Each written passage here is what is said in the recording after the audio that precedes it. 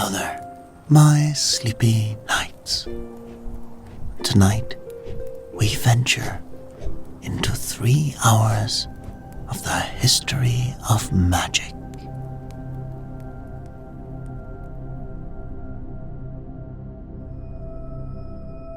And if you enjoy this magical collection, please give us a like, subscribe, and let me know your thoughts or your spells in the comments below. But for now, let's get cozy and step in to the realm of magic.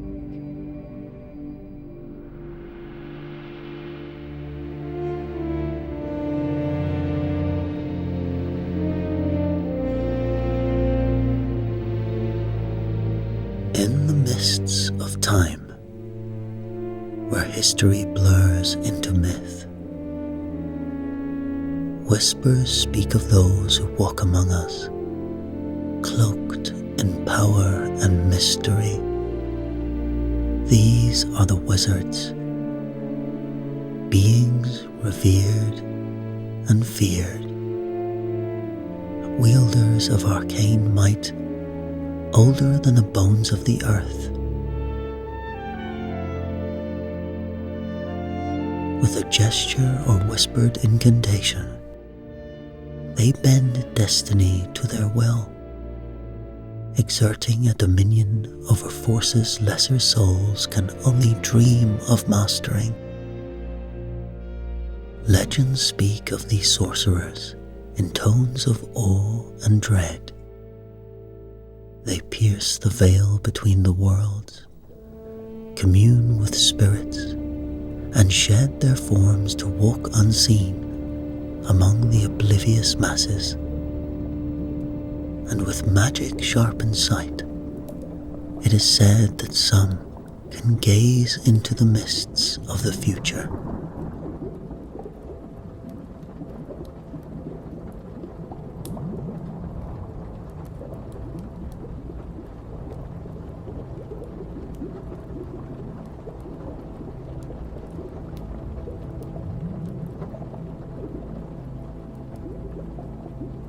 Some dismiss these wizards as relics of a bygone age, figures of superstition and fancy. But others sense the crackle of energy, the ripples of unseen currents at the periphery of perception. The dream of sorcery endures, woven into the primal fabric of the human psyche. Our tales of Gandalf and Merlin are but shadows cast by a deeper truth. For the wizard's gift is real, walking among us even now. You felt its tingle in the air, the hairs raising on your neck for reasons you can't name. You've glimpsed it in a stranger's eye, or in the impossible felicity of chance. Can you break free of the mundane and grasp the nettle of the uncanny?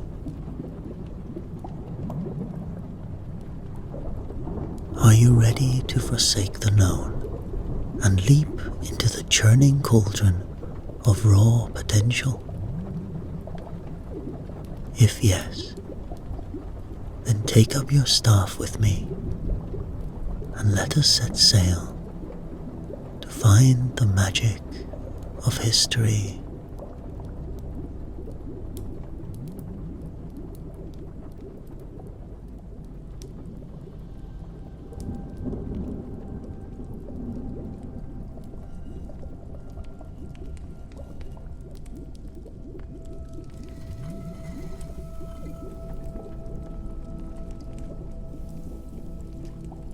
We begin, of course, in the shadow of the Great Pyramids, where the sands of time whisper secrets older than memory.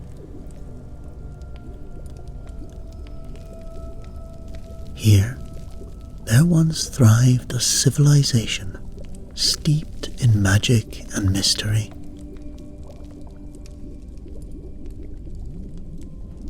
For the ancient Egyptians, the arcane arts were no mere fancy or folly. They were the very lifeblood of their world, the primordial essence that quickened the cosmos before the first sunrise. In their eyes, magic was a force that transcended life and laughed at death, a key to unlock the secrets of eternity itself.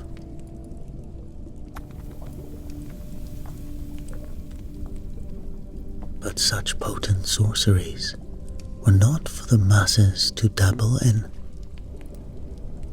The Egyptians' magical tradition was a sacred science, a closely guarded lore entrusted only to an initiated elite of scribes, the wizard priests of the Nile.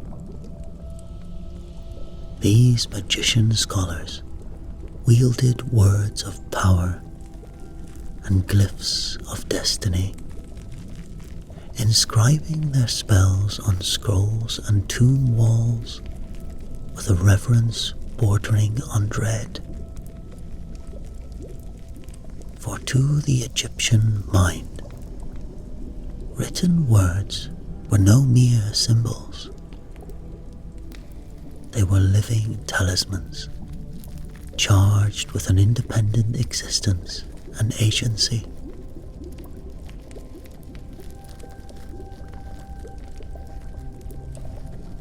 Within the labyrinths of the Great Pyramids, raised between 2650 and 2190 BC to house the god-kings of the Old Kingdoms,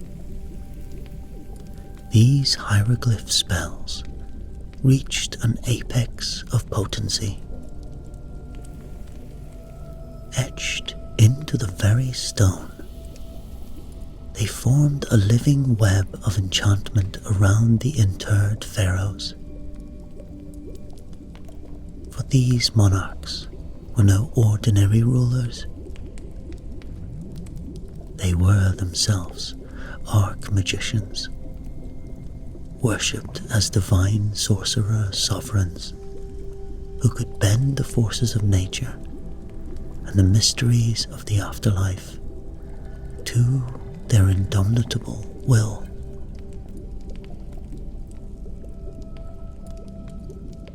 And bend them they did, for death itself was but a minor inconvenience to a pharaoh mage. Swaddled in incantations, their mummified flesh rendered incorruptible by rituals of staggering arcane complexity, they stepped from the mortal sphere into the fields of eternity like travelers shedding a worn cloak.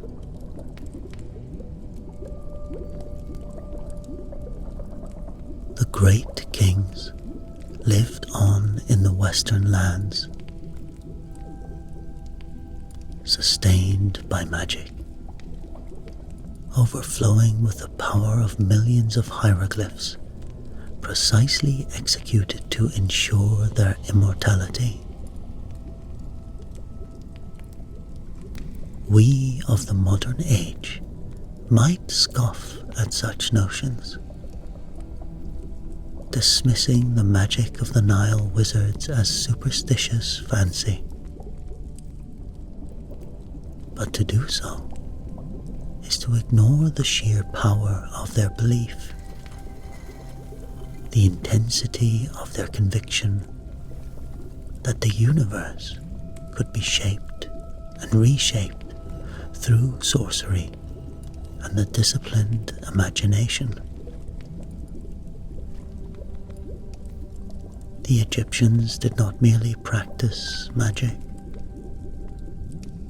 they lived and breathed it, wove it into the very fabric of their culture and identity.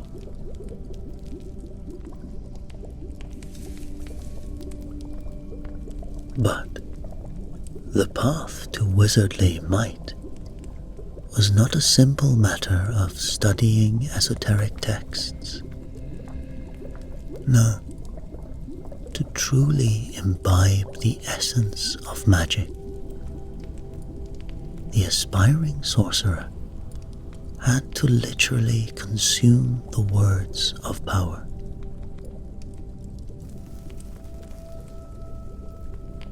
In a ritual that seems strange to us, the would-be wizard would take the papyrus scroll bearing the desired spell and submerge it in a bowl of water. As the fibers softened and the ink began to blur, the initiate would then drink down the enchanted liquid, physically ingesting the magical symbols.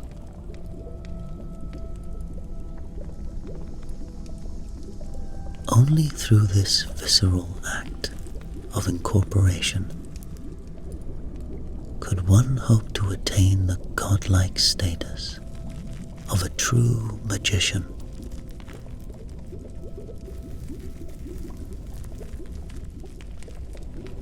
Once filled with the living force of magic, the wizard became a being apart, blessed with uncanny senses and abilities. The power within him was a tangible thing, as detectable as a distinctive aroma.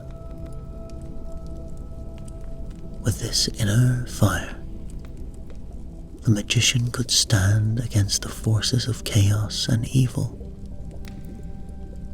a bulwark of supernatural order. As the wizard pronounced in spell 24 of the ancient Egyptian Book of the Dead, "Behold, I am one with that magic power, whatsoever it may be, in the house of any man where it is. It is faster than a hair, swifter than light."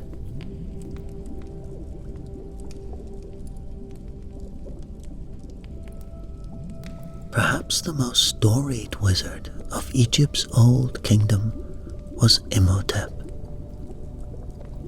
a polymath and paragon who served as vizier to the great pharaoh Djoser around 2600 BC. So powerful was Imhotep's magic that it was said he could summon the very gods to his aid, using an arcane invocation that has survived the millennia to tantalize us with its implications. One of these reads as follows: "Take an olive wood table with 4 feet. Place it in the center of a pure place. Cover it completely with a cloth. Place 4 bricks beneath the table, one on top of the other, and in the front of the table, a silver censer.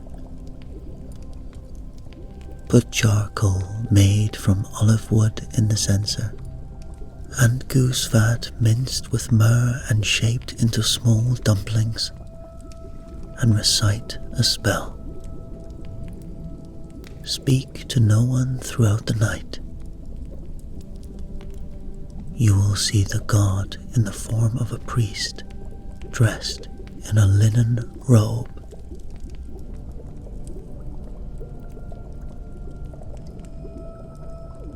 In the pantheon of ancient Egypt, the mightiest wizards were more than mere mortals.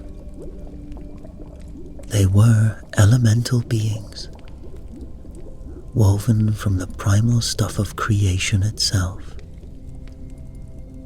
Earth, air, fire, and water flowed through their veins, granting them dominion over the fundamental forces that shaped the world. When the balance of nature was threatened by cataclysm or catastrophe, these sorcerer sages would step forth, wielding their magic like a cosmic lever to restore equilibrium.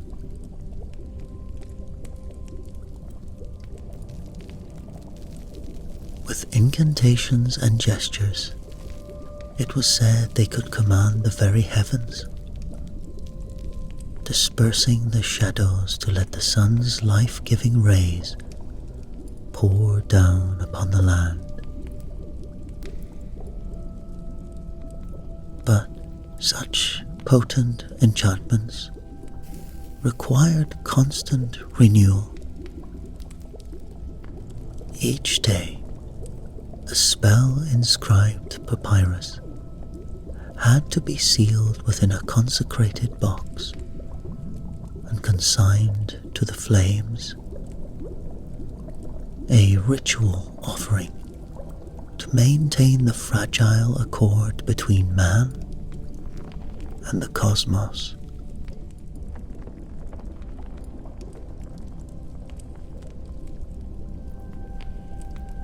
Girded by their magic, the wizards of the Nile could venture into realms beyond death itself, drinking deep of the miraculous waters that flowed in the kingdom of the deceased.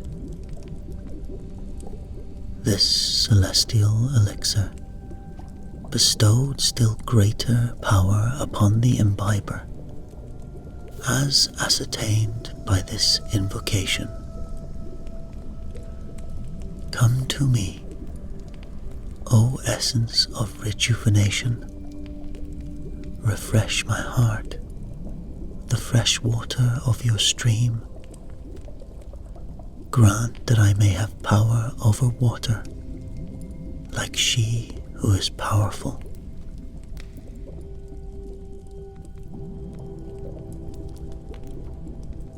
The spectre of apocalyptic deluge, a great flood sent to scour the earth of humanity's sins, is a motif that echoes in mythic traditions across the globe.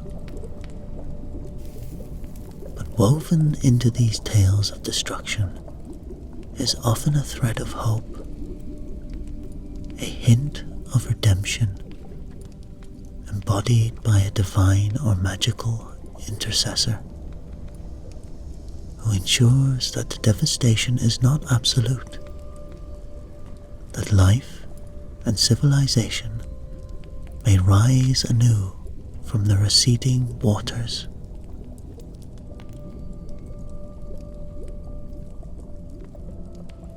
In one Native American flood myth, a serendipitous encounter with a sorceress spells salvation for a lone man, destining him to become the progenitor of a reborn human race. This unwitting hero, a humble farmer, awakens day after day to find the trees he felled the previous day standing tall once more. as if untouched by his axe. Determined to unravel this uncanny mystery, he holds vigil one night and spies an ancient crone emerging from the earth. With deft motions of her wand, she causes the stumps to sprout anew.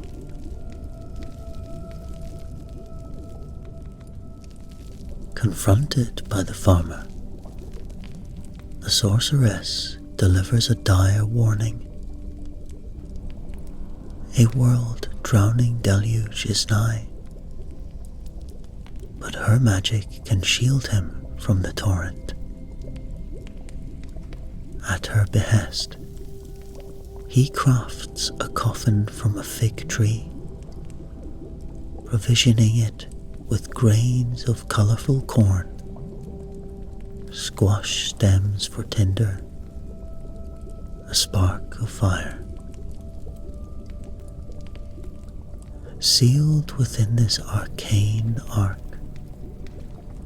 with his canine companion, he rides out the cataclysm for 5 long years. The sorceress perched atop the coffin with a parrot and macaw.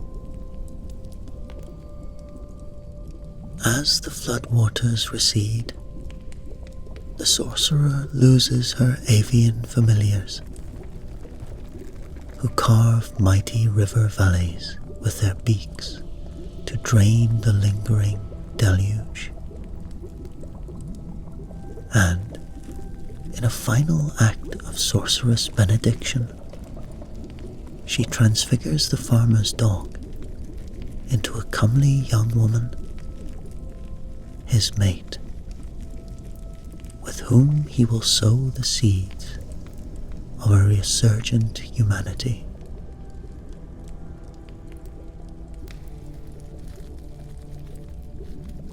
From catastrophe springs renewal. From death and magic, a new genesis, guided by the hand of a mysterious mistress of the arcane arts. In such tales, we glimpse the enduring power of the wizard archetype, a figure who stands at the crux of destruction and creation, wielding occult might to steer the course of destiny itself.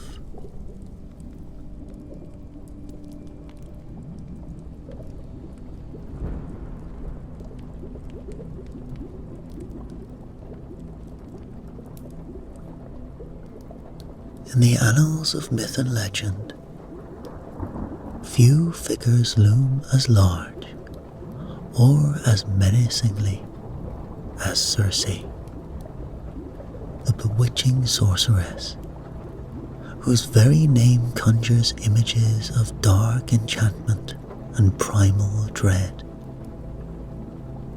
Daughter of Helios, the sun god himself, Circe's fiery tresses were said to blaze with the same incandescent hue as her celestial sire. And yet, for all her radiant beauty, there was an aura of otherworldly menace about this mistress of the arcane arts.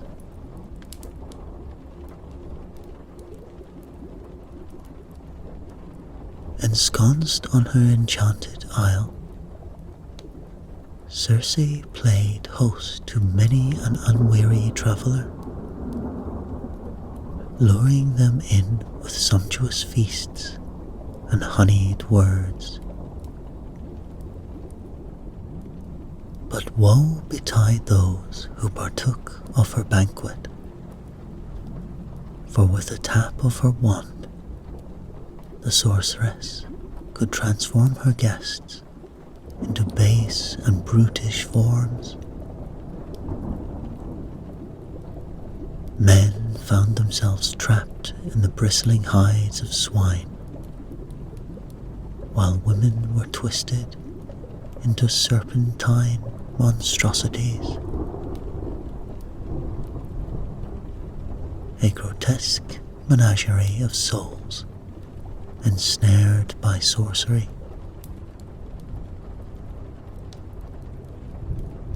Even the wily Odysseus, that paragon of cunning, nearly fell victim to Circe's machinations.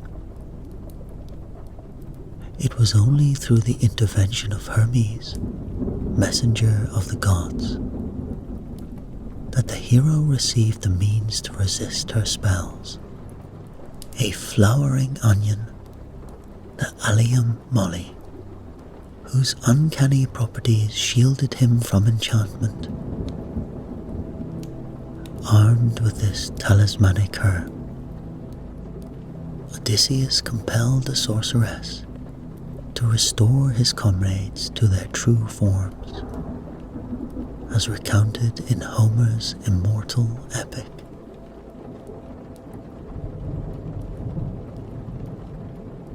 But for most who stumbled into Circe's domain, there was no such reprieve. Condemned to root and writhe in their cursed shapes, these wretched beings retained only the bitter dregs of human reason, a cruel jape that rendered their durance all the more excruciating. Sustained on a diet of cornel berries, the mythic fare of the deceased, they lingered in a limbo between life and oblivion. Circe's mastery over the forces of creation and destruction was said to stem from an arcane art of hair braiding, each knot and plait a binding of magical energies. The very elements trembled at her passage, trees uprooting themselves and stones bleaching to bone-pale hues. To cross this dreaded enchantress was to court a doom beyond mere death, a lesson hard learned by the demigod Picus, transformed into a woodpecker for spurning her advances, and the sea nymph Scylla, warped into a writhing serpent for daring to rival Circe in love. In Circe, we find an archetype both alluring and terrifying, the feminine incarnation of occult power, seductive and sinister in equal measure. Hers is a cautionary tale, a reminder of the perils that await those who meddle with forces beyond their ken. And yet, for all the dread she inspires, there is a strange and terrible grandeur to this daughter of the sun. To know her story is to peer behind the veil, to glimpse the fearsome and fathomless depths that yawn beneath the surface of the mythic world.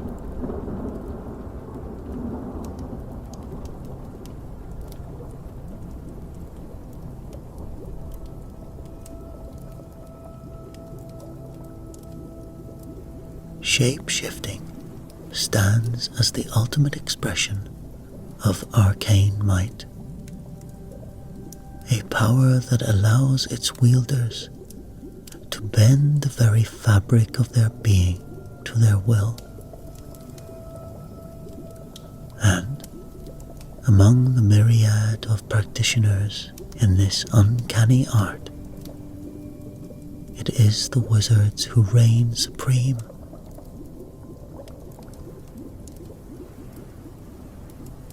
These masters of the occult can not only reshape their own flesh like clay upon a potter's wheel, but can even transmute the forms of others through the sheer force of their enchantments.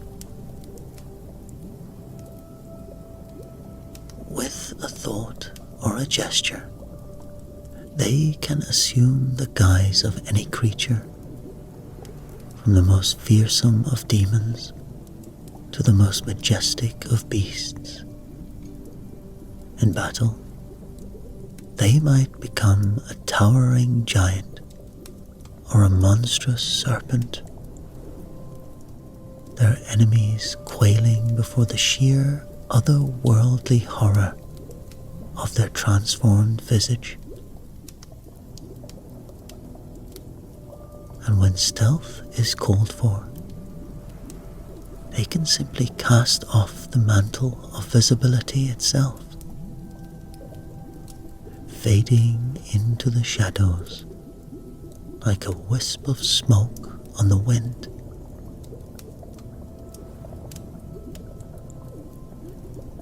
Such was the power of Odin, the Norse All-Father, whose shape-shifting prowess was the stuff of saga and skaldic verse. This dread sovereign of warriors and wizards could take on any form he pleased, from the mightiest dragon to the lowliest beggar. In one chilling tale, Odin even dared to impersonate a corpse, hanging lifeless from the world tree for 9 days and nights, in a bid to wrest forbidden knowledge from the clutches of death itself.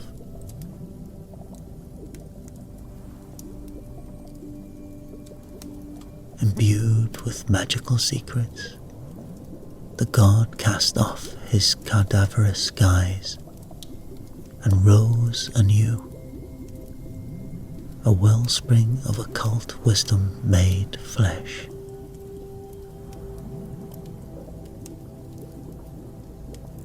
The power of invisibility, too, is a staple of the shapeshifter's arsenal.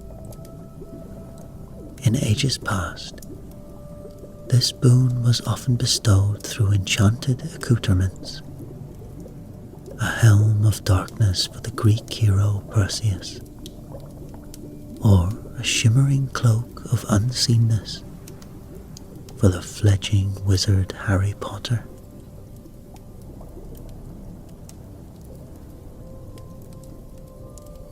Wrapped in these uncanny vestments, the bearer could slip unseen through any warded portal or guarded passageway, penetrating the most impenetrable of sanctums without a trace.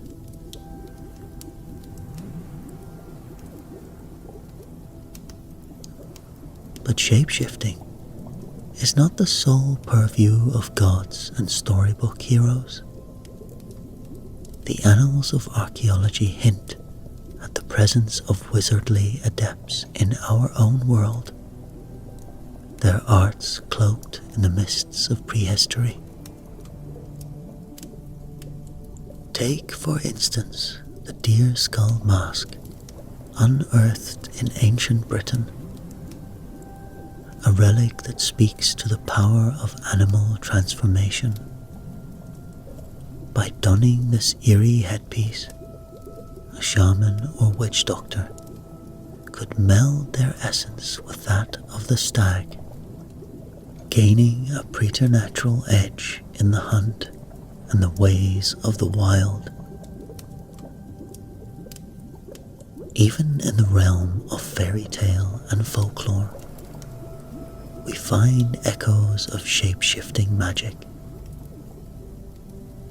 Consider the timeless tale of Beauty and the Beast, where a prince languishes under a curse that traps him within the hide of a monster, his humanity restored only by the redeeming power of love.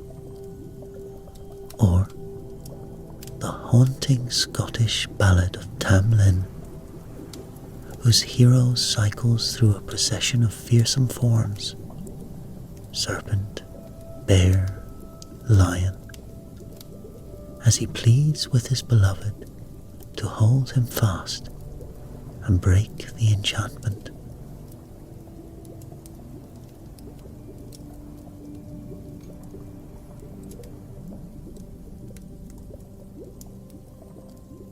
In these stories, we see shape-shifting as both boon and bane, a power that can uplift or destroy, damn or deliver, an untapped potential that lurks within every soul.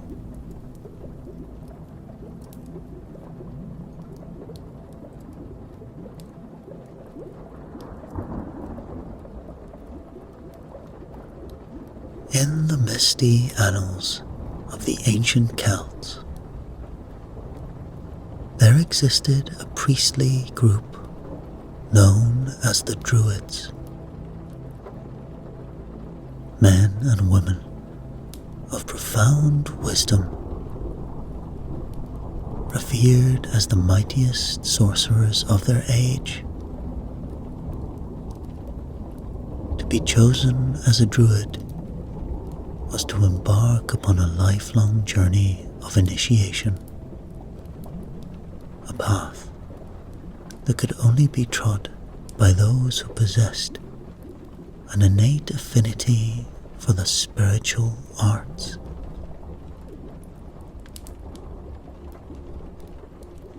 From tender childhood, these adepts were groomed in the ways of magic,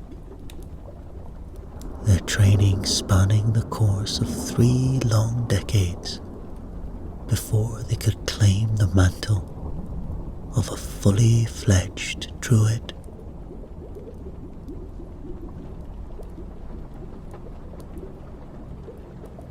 These druidic high priests were far more than mere religious figureheads.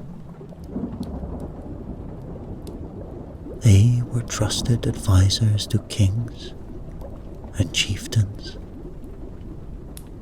the sages whose counsel could sway the fate of nations.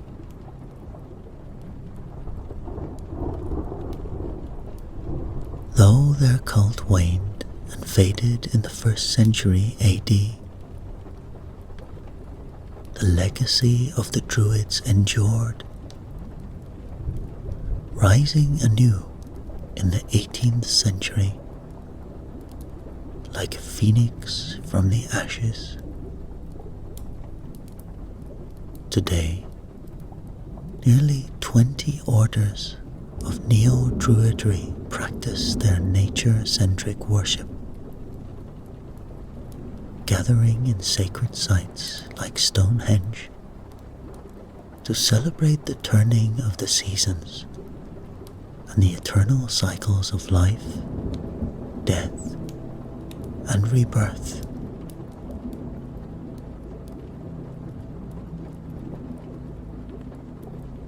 The druids were hailed as the very embodiment of wisdom, their names spoken in tones of awe and reverence.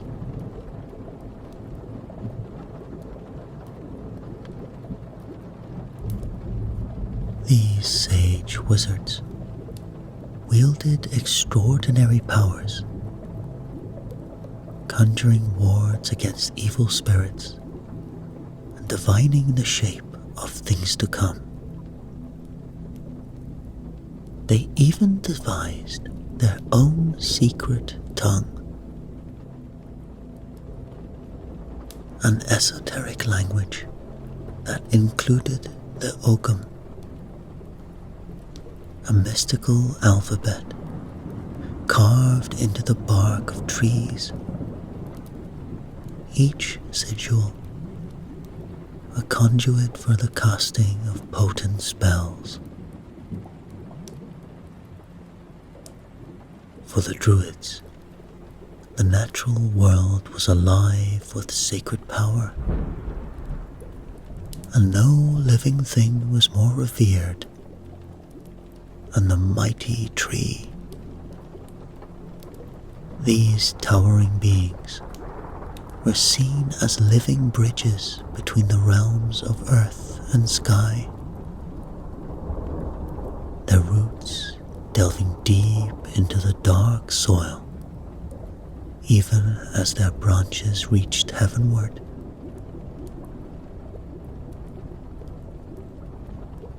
Mistletoe, that strange and ethereal plant that grows betwixt and between, was held as a supreme source of healing magic, but could only be harvested with the utmost ceremony. On the 6th day of the moon, by a virgin white-clad druid wielding a golden sickle.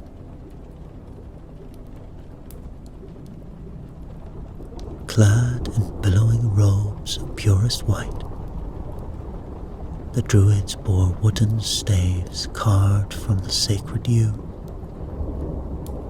a tree long associated with the mysteries of death and resurrection.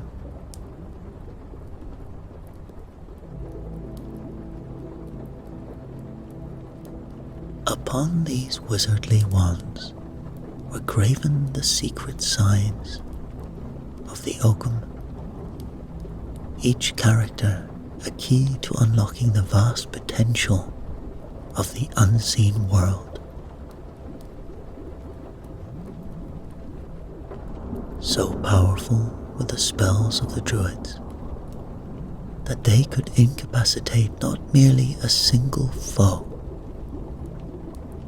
but an entire army.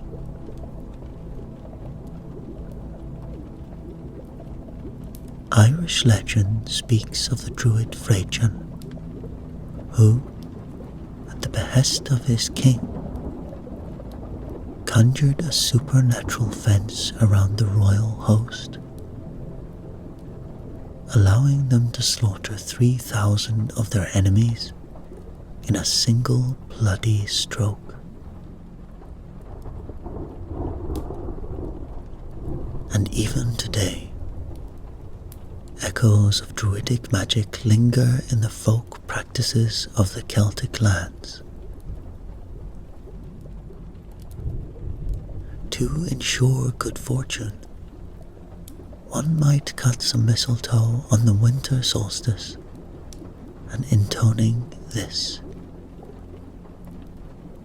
golden bough and witch's broom, thy sacred names are spoken. By dagger's blade I conjure thee, to see all bad luck broken. Harming none, this spell is done, by law of 3, so it should be.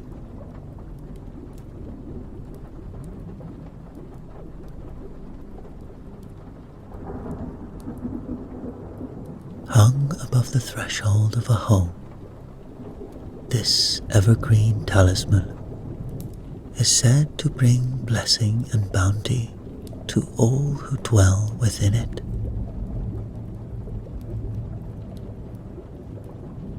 The tales of the druids are replete with vivid accounts of wizardly warfare, where sorcerers, in service to rival rulers, unleashed the full fury of their arcane arsenals.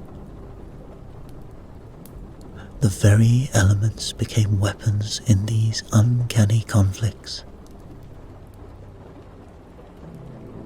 Kitharu, the northern druid, dried up the wells of the Southlands with a word, only for Mog Ruth to unseal a hidden spring within a silver stave.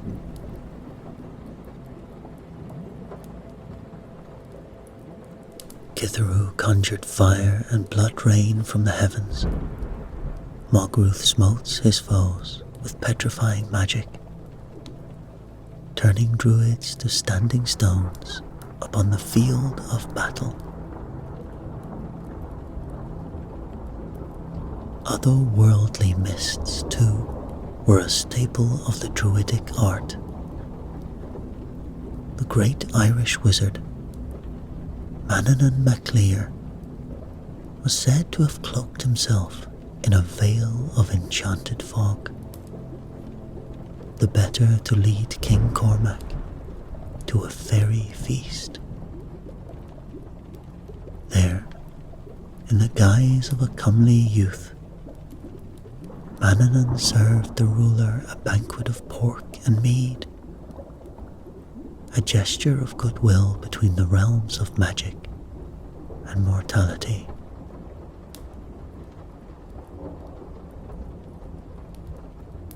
To delve into the world of the druids is to encounter a magic at once primal and profound, a sorcery woven from the very stuff of myth and landscape. Theirs was a craft of oak and mistletoe, of megalithic secrets whispered on the solstice dawn.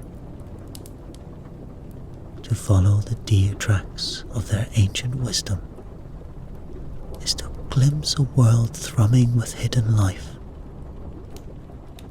a place where every stone and every tree throbs with the pulse of a vast, ensouled cosmos. And the boundary between the seen and the unseen is but a trick of the light, waiting to be unworked by those with eyes to see and words to speak the unutterable.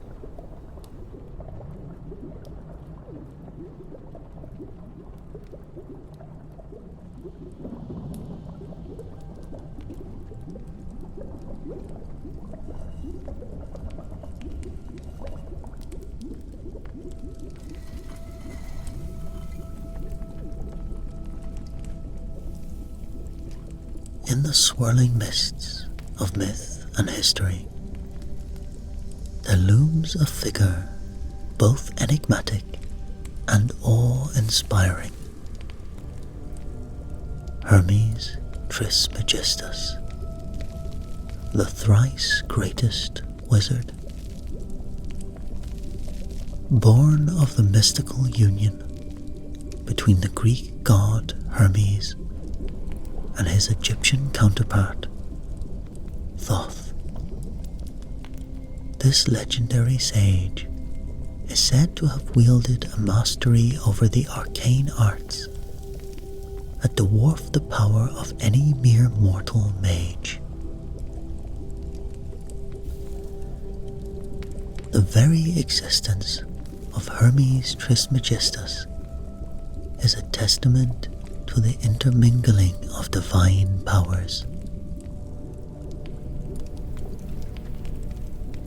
According to the whispered tales of antiquity, this mighty wizard committed his ineffable wisdom to a vast corpus of writings, the fabled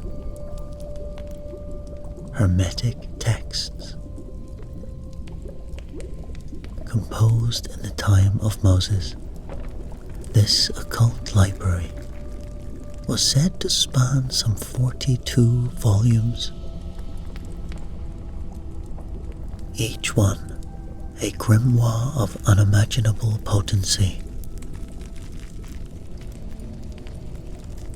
Of all these esoteric texts, none was more revered than the Emerald Tablet, a crystalline codex believed to enshrine the ultimate secrets of the cosmos.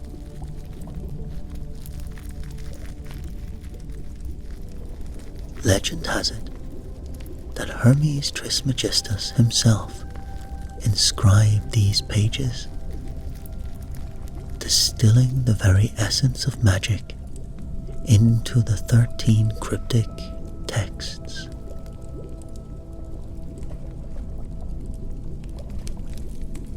The discovery of this mystic jewel is a tale in itself, with some claiming that Sarah, wife of the patriarch Abraham, unearthed it from the wizard's own cave.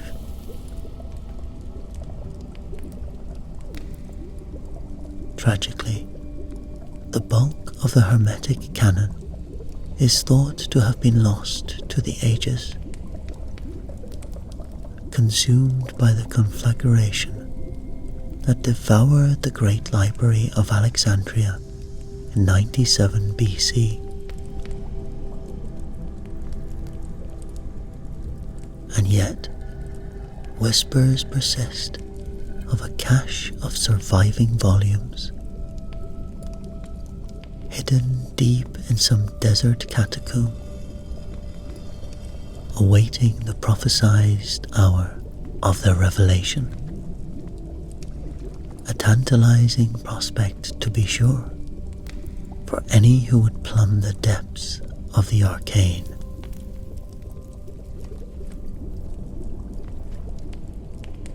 But even the merest fragments of the thrice greatest's lore have proven a wellspring for sorcerous inspiration, informing the spells and rituals of countless mages down through the centuries.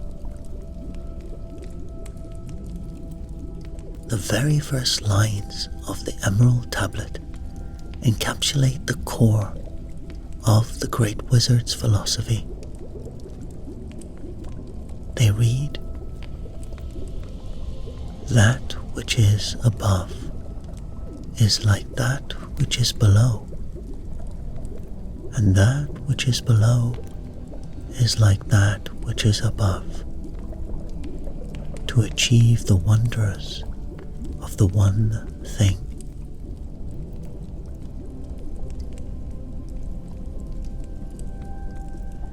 In this cryptic formula lies the key to the Hermetic worldview, a vision of the cosmos as a vast, interconnected web of correspondences, where the microcosm mirrors the macrocosm, and the adept who grasps the truth can wield the very powers of creation.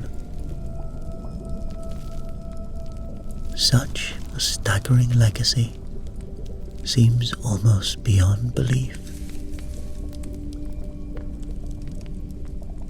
And yet, it pales in comparison to the achievements of Hermes' divine progenitors.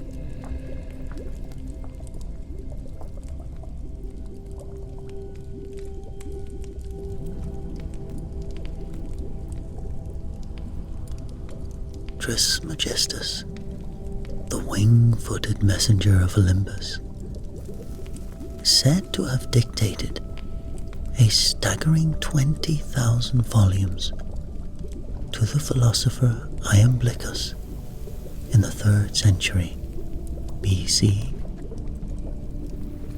only to surpass himself with a further 36,000 books delivered unto the priest Manetho, an output to put the most prolific of mortal scholars to shame. And then there is Thoth, the ibis-headed god of wisdom, scribe and counselor to the Egyptian pantheon. In the annals of the Nile, Thoth is revered as nothing less than the author of all sacred texts, a divine intellect from whence flows the entirety of human knowledge, and the god himself proclaims in the ancient inscriptions, "I am Thoth, master of divine words, he who acts as interpreter to all the gods."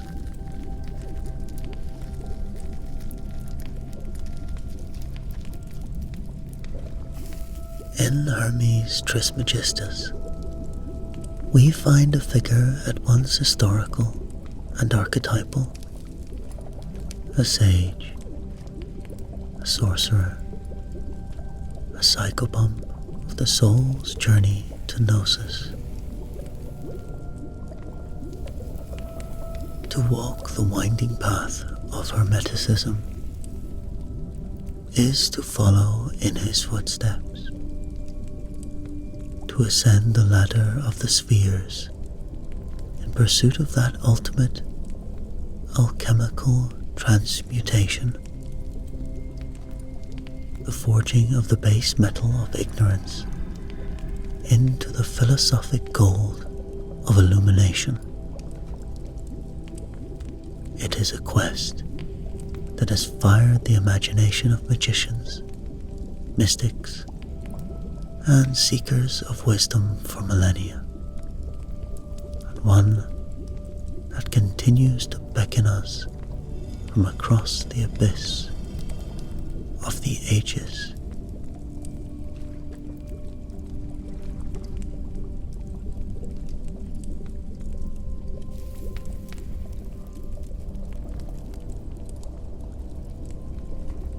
In shadowy chambers, far from prying eyes, a select few have always gathered to unlock the secrets of the universe. The Renaissance, a time of great intellectual awakening, saw the rebirth of an ancient belief that true magic was an art veiled in mystery, accessible only to an elite few.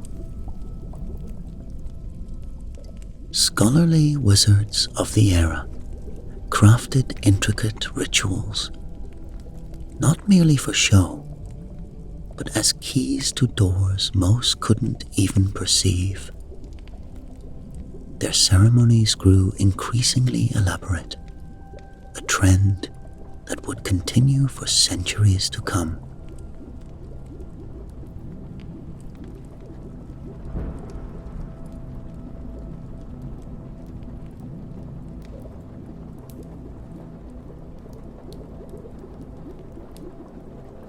And as time marched on, secret magical orders, like the enigmatic Rosicrucians, emerged from the mists of history. These clandestine groups conducted ever more complex rites, seeking guidance from esoteric books that promised control over the supernatural. Chief among these forbidden texts was the Key of Solomon, allegedly penned by the legendary king himself. Now, this coveted handbook, filled with summoning spells, tantalized with the promise of commanding legions of demons, a power once wielded by Solomon, if the whispers were to be believed. But what price did such knowledge demand? The 19th century witnessed a flourishing of ceremonial magic, culminating in the birth of a movement that would leave an indelible mark on occult history. The Hermetic Order of the Golden Dawn, Founded in 1888 by 3 Rosicrucians in England, this order drew inspiration from an old German occult tradition. The Golden Dawn structure was a labyrinth of mystical symbolism. 10 grades, each subdivided into 3 orders, with an 11th reserved for novices. While initiates of the outer order advanced through examination, the innermost circle, the second order, consisted of only 3, the founders themselves. These 3 claimed a connection to something beyond mortal ken, the secret chiefs of the third order, spectral entities said to guide from the astral plane. What truths did these phantasmal mentors impart?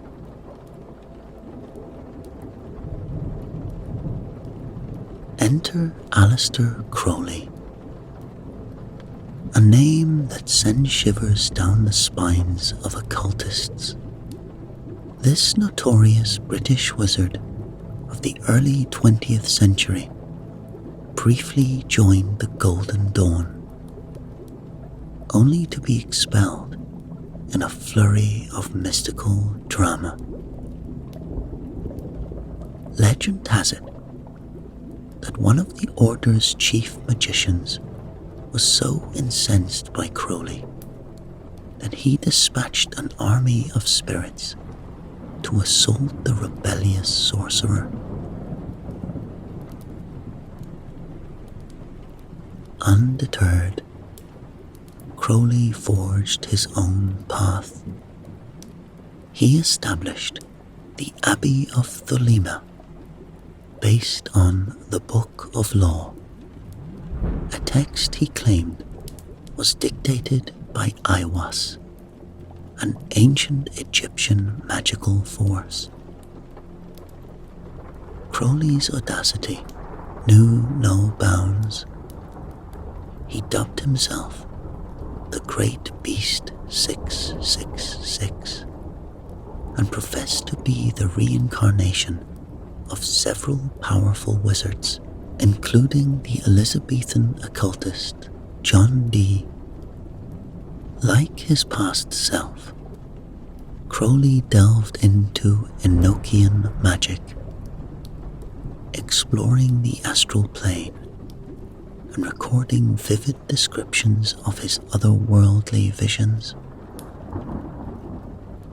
In one such journey, experienced as his alter ego, the Master Therion, Crowley encountered an infinitely wise wizard who revealed a magical egg containing the very secrets of life itself. Crowley's autobiography boasts of evenings spent in the company of hundreds of demons. Was he a madman? Or did he truly glimpse beyond the veil that separates our world from the next?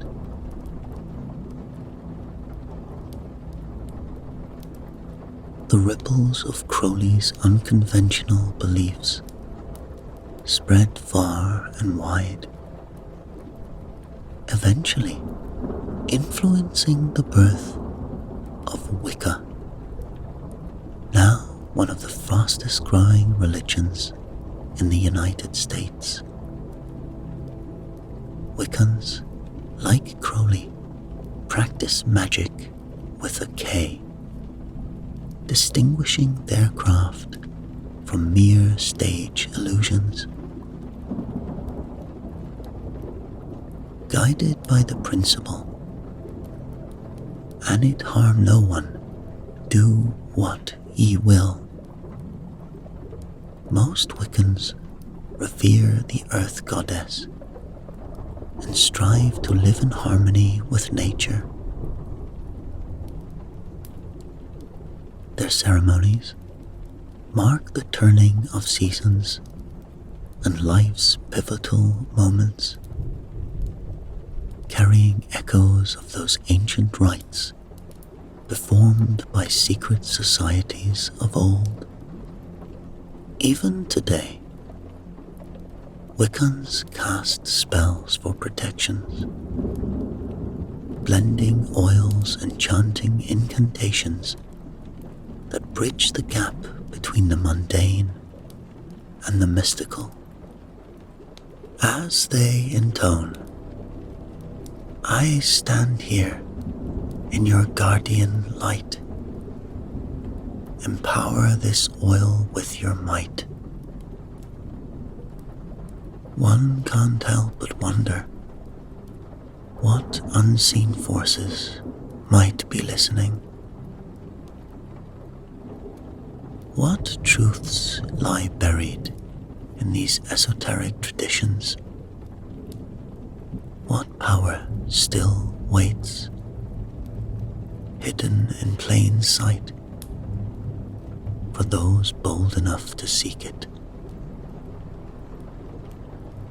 The saga of secret magical societies continues, weaving its web of mystery through the fabric of our world. Who knows what revelations await those who dare to pull back the veil?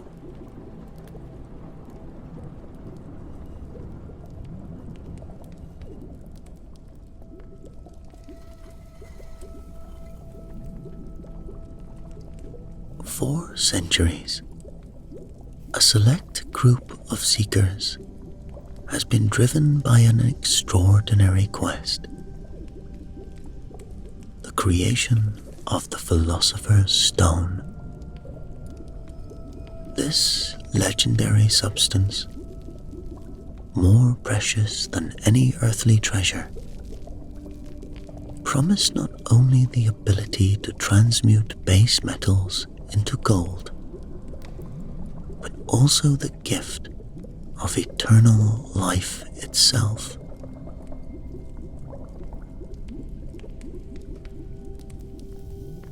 Alchemists, those mystical blend of scientist and sorcerer, dedicated their lives to unraveling this ultimate secret. They pored over arcane texts, delved into the mysteries of medicine, and scrutinized the movements of the stars, all in the pursuit of this elusive goal. Their belief was not unfounded. Many were convinced that the enigma of the Philosopher's Stone had been solved long ago by the wizards of ancient Egypt. Its formula, hidden in cryptic writings, waiting to be deciphered.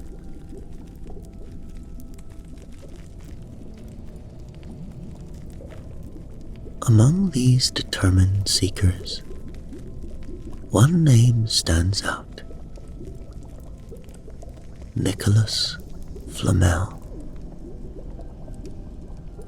This 14th century French alchemist is said to have achieved the impossible.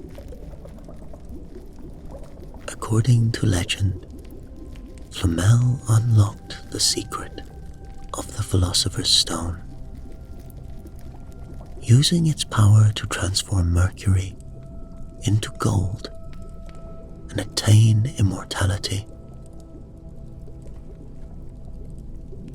Flamel's tale has captured imaginations for centuries, recently gaining new life through Harry Potter and the Philosopher's Stone. In that magical world, Flamel and his wife are very much alive, residing in Devon and celebrating Flamel's 665th birthday.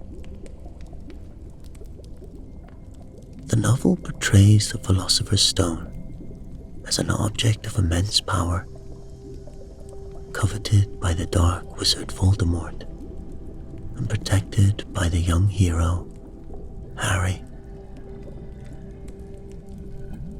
But who was the real Nicholas Flamel?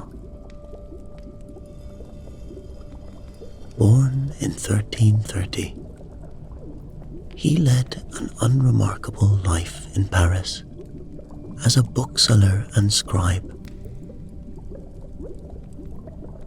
That is, until a fateful night when an angel allegedly appeared to him in a dream. This angel foretold the arrival of a miraculous book that would grant him extraordinary powers if he could decipher its mysteries. Flamel's own writings describe the fulfillment of this prophecy. He wrote, "There fell into my hands, for the sum of 2 florins, a gilded book, very old and large. It was not paper, nor of parchment, as other books may be, but was only made of delicate rinds of tender young trees.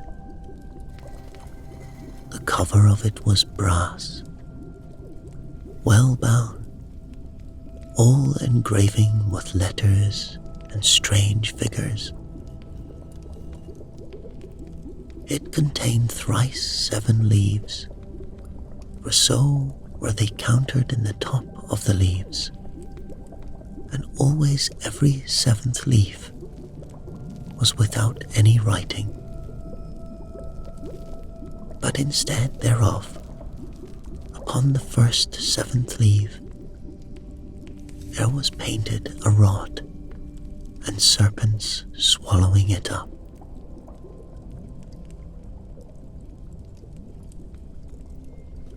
This enigmatic book, titled Book of Abraham the Jew, would consume Flamel's life for the next 21 years. He embarked on extensive travels and research, seeking to unlock its secrets. Finally, with the aid of a Hebrew scholar, Flamel claimed to have created his own Philosopher's Stone. Flamel meticulously recorded the momentous event, which he says occurred on April 25th, 1382. Following always my book, from word to word, I made projection of the red stone upon the like quantity of mercury, which I transmuted truly into almost as much pure gold, better assuredly than common gold, more soft and more pliable.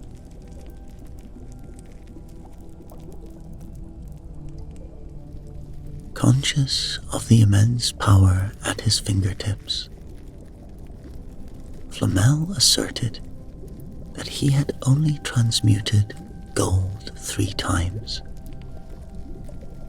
Instead of amassing personal wealth, he reportedly used his newfound riches to fund hospitals, chapels, and churches, perhaps seeking to balance his supernatural gift with earthly good deeds.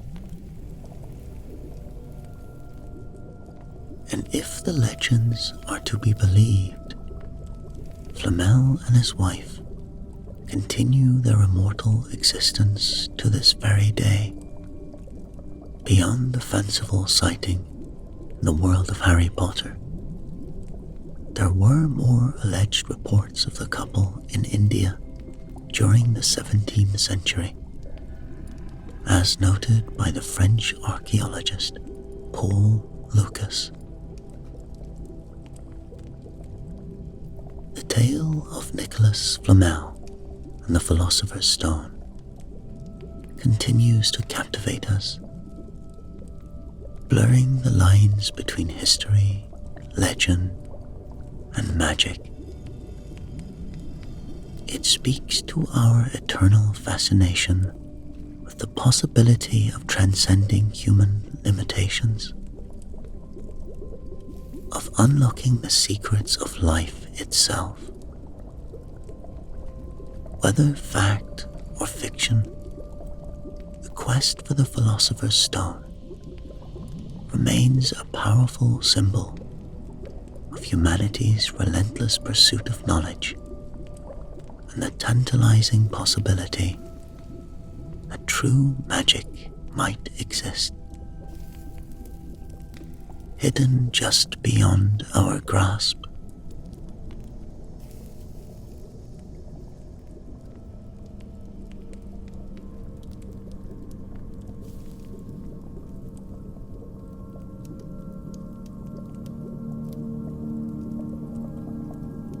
Merlin made enchantment and cast great damage into the pavilions. Wildfire that burned bright as a candle clear. These lines from an anonymous 13th century English poem hint at the awe-inspiring power of Merlin, a figure who has captivated imaginations for centuries. Far more than just a character in Arthurian legend, Merlin stands as the archetypal wizard in Western culture, a symbol of wisdom, magic, and otherworldly knowledge. In Arthurian lore, Merlin's role is pivotal. He is the mastermind who raised Arthur in secrecy, preparing him for his destiny as king. It was Merlin who granted Arthur the legendary sword Excalibur, a blade whose edges never dulled, accompanied by a scabbard with the power to staunch bleeding. Magical artifacts befitting a once and future king. But who was Merlin truly? Legend paints him as a being of two worlds, born of a mortal nun and a demon father. This dual heritage granted him extraordinary abilities. From his demonic sire came the power of magic and shape-shifting, while his mother's influence instilled a deep connection to humanity and a desire to guide mankind towards greatness.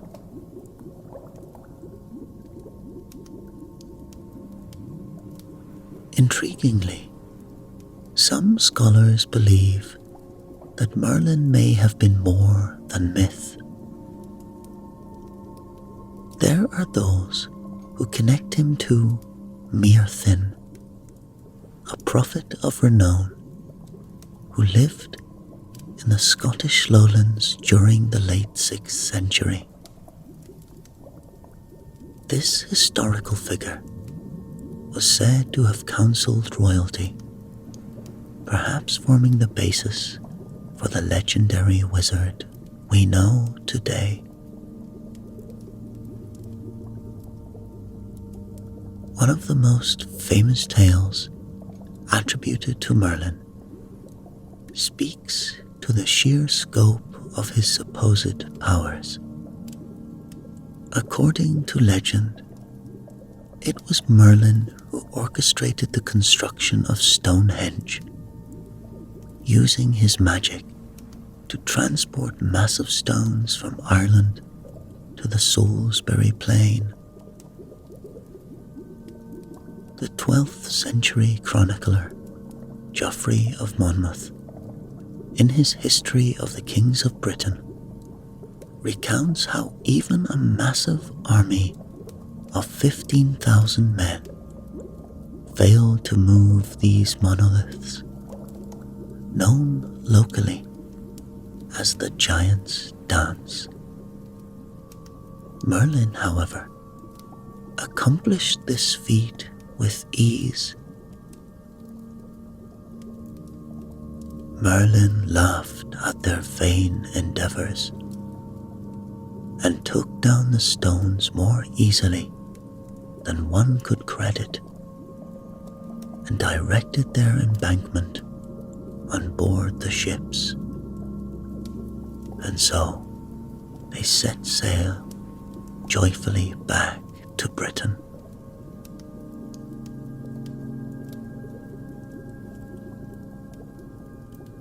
Merlin's reputed gift of prophecy left an enduring mark on culture. The 16th century English poet Edmund Spenser celebrated this aspect of the wizard in The Fairy Queen, depicting Merlin issuing prophecies from a Welsh grotto that still bears his name, Merlin's Cave. The wizard's foresight was so renowned that Merlin pamphlets predicting future events continued to circulate well into the 19th century.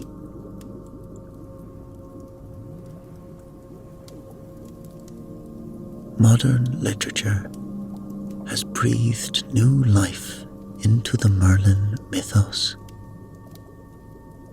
T.H. White's The Sword in the Stone, published in 1938 and later adapted by Walt Disney, reimagined Merlin with whimsical new powers.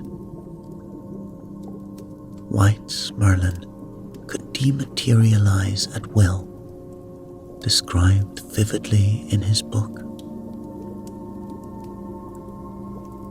He stood on his toes, while Archimedes held tight to his shoulder, began to spin on them slowly like a top, spun faster and faster, till he was only a blur of greyish light. And in a few seconds, there was no one there at all.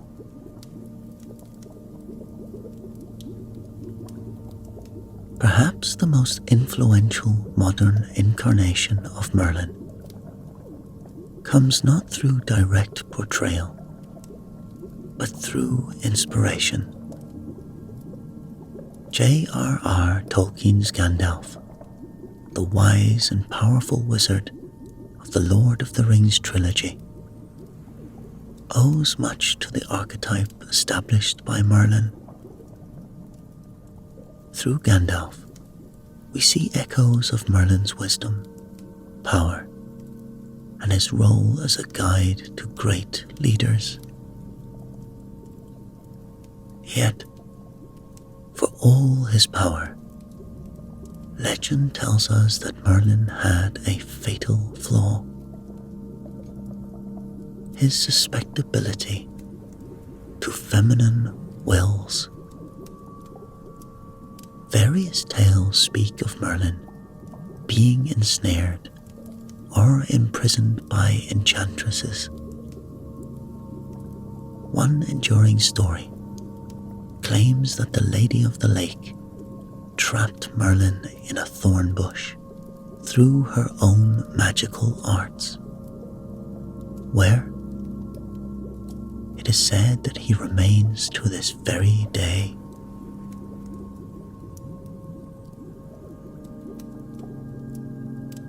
The legend of Merlin continues to evolve,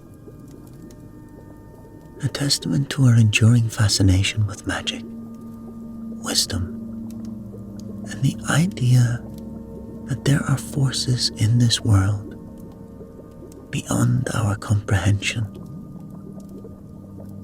Whether seen as a historical figure shrouded in myth, or a symbol of the arcane knowledge humanity has always sought, Merlin remains a powerful presence in our cultural imagination, a wizard for all the ages.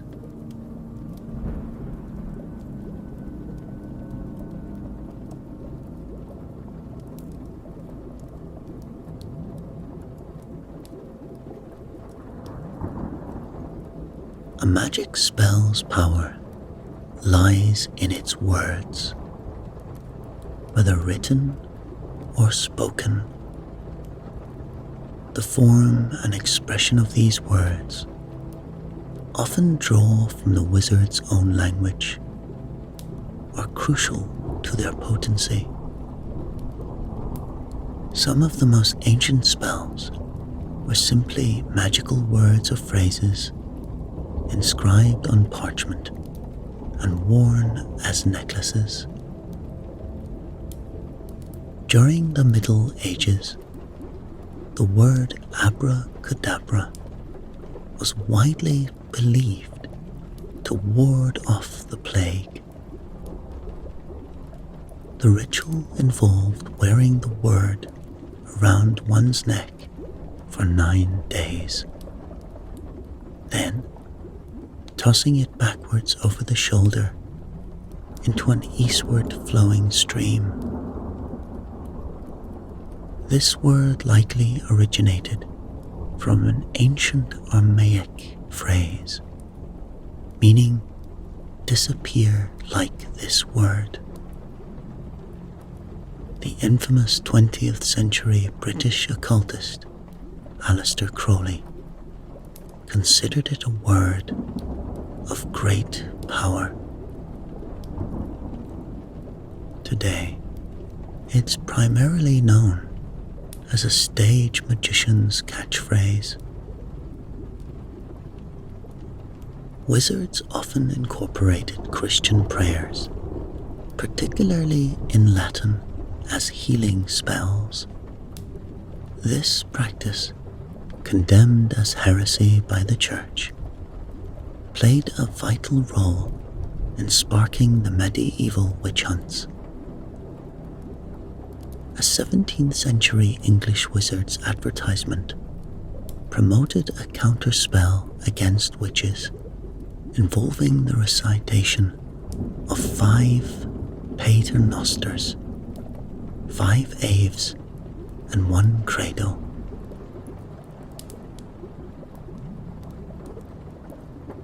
Interestingly, legend suggests that even high-ranking church members occasionally used counterspells to protect against wizardry. When druid magicians allegedly attempted to poison St. Patrick, he supposedly cast this protective spell: Tubus vis free ibu, vis ibu an vis, eris bru uhata, ibu lithio Christi Jesus.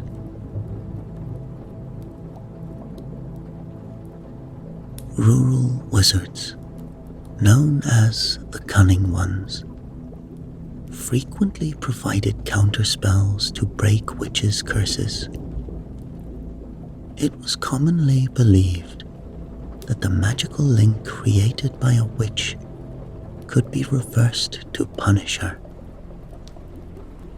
A 19th century counterspell against witchcraft reads, "He who forges images, he who bewitches, the malevolent aspect, the evil eye, the malevolent lip, the finest sorcery, spirit of the heaven, conjure it, spirit of the earth, conjure it." Wizard spells served both benevolent and malevolent purposes, with a vast array of reported effects. Transformation spells were said to turn lead into gold or humans into beasts. Invocation spells could summon spirits from the very air to serve the wizards.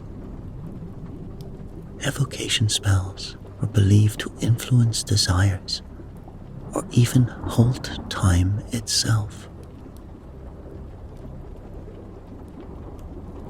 Other spells allegedly allowed manipulation of the physical world, telekinesis or invisibility.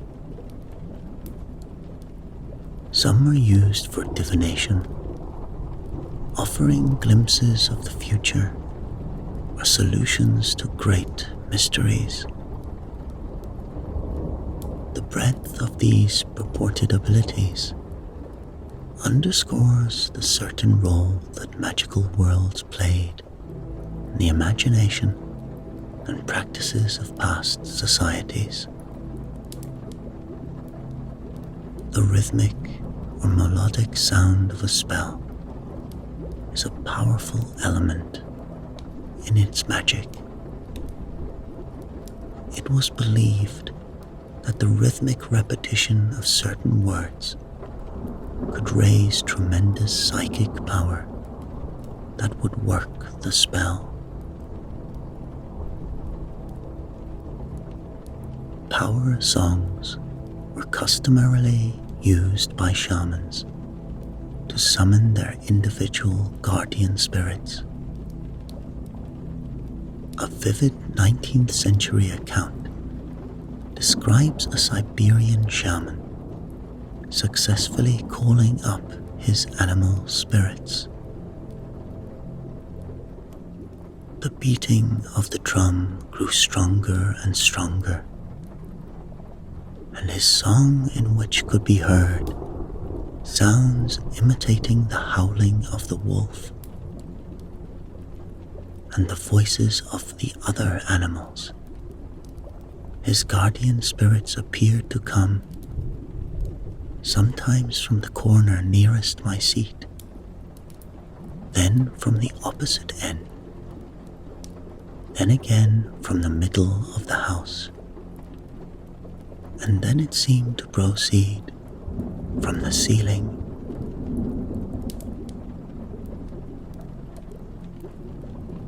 Ritual chanting was a powerful means of spellcasting. The Navajo Indians employed ceremonial chants as healing spells, which could last for many days and many nights. However, the practitioner had to be word perfect in their chanting, or they risked being struck down by the very illness they were seeking to cure.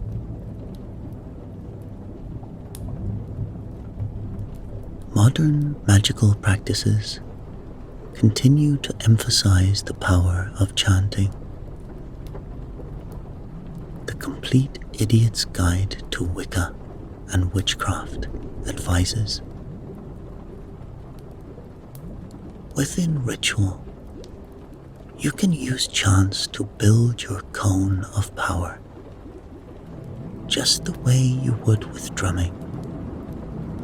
You start out slow, then you build the pace and raise the volume. You chant faster and louder until you feel ready to burst with the energy. But don't pop. Direct this energy you've raised into your magic tool or object.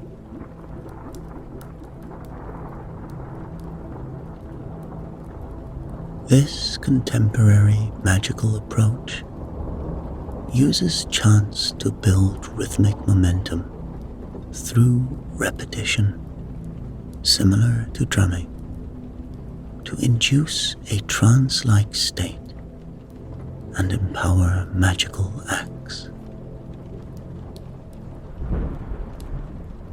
In ancient times, wizards believed that the sound vibrations caused when speaking the secret names of God during magical rituals could unleash incredible cosmic forces. The personal name of God in the Old Testament was considered so powerful that wizards could only whisper it. While speaking certain names of power was forbidden unless needed for the most powerful magic, most spells had to be uttered forcefully to be effective. The female wizards of ancient Greece were said to howl their magical chants, and the legendary sirens of Greek mythology used enchanted songs to bind men to their will. Clement of Alexandria warned men about the dangers of siren magic. Sail past the song. It works death. Exert your will, and you have overcome ruin. Bound to the wood of the cross, you shall be freed from destruction. Folk tradition also speaks of the power of song being harnessed by siren-like mermaids who lured mortal men to watery graves and feasted on their souls. Shakespeare's fairy king Oberon described the potency of their melodies.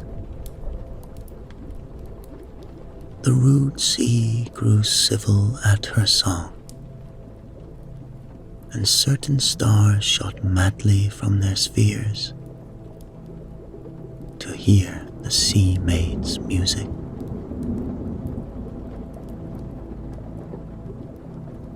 The power of magical song, whether in ancient shamanic rituals, mythological tales, or modern Wiccan practices,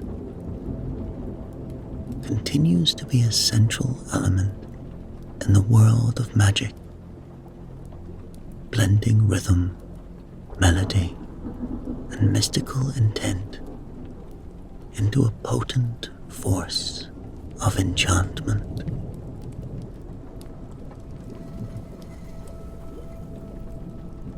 John Dee, astrologer to Queen Elizabeth I, stood as a powerful and enigmatic figure at the English court. A gifted mathematician and map maker, Dee was known as one of the most learned men in Europe at the time. However, it was his lifelong fascination with astrology, alchemy, and angel magic that made him widely feared and respected as a powerful wizard. Dr. Dee amassed an impressive library of over 4,000 books on magic and the occult,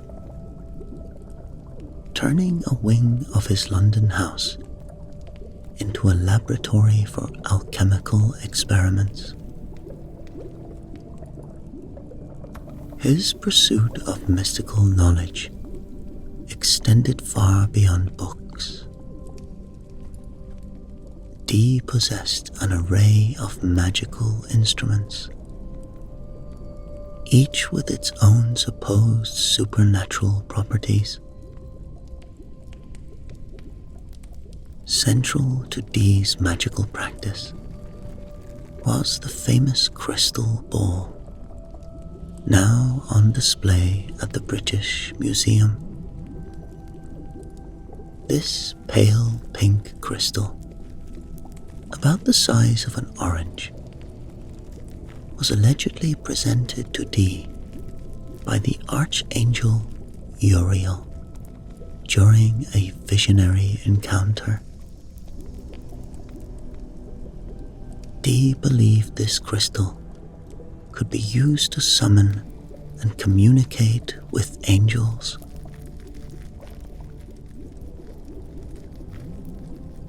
Equally intriguing was Dee's obsidian mirror, a polished black stone he used for scrying, the practice of gazing into a reflective surface to receive mystical visions.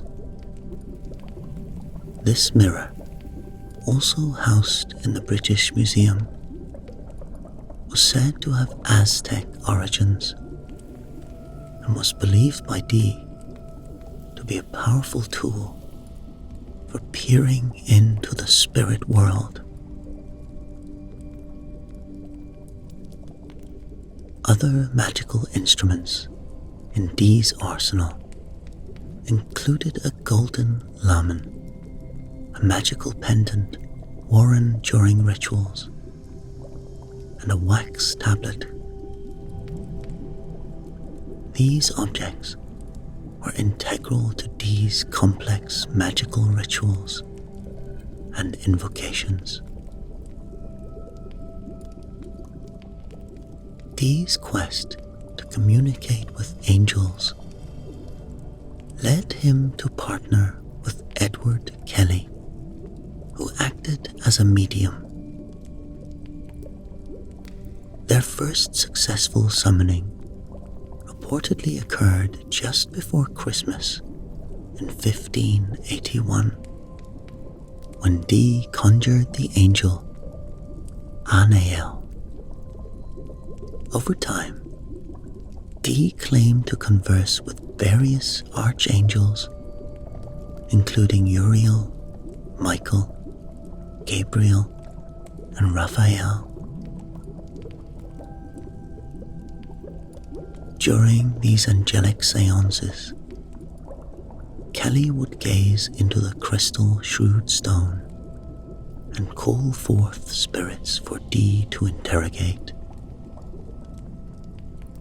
The angels supposedly appeared floating outside Dee's window or within the crystal itself, imparting celestial wisdom and magical knowledge.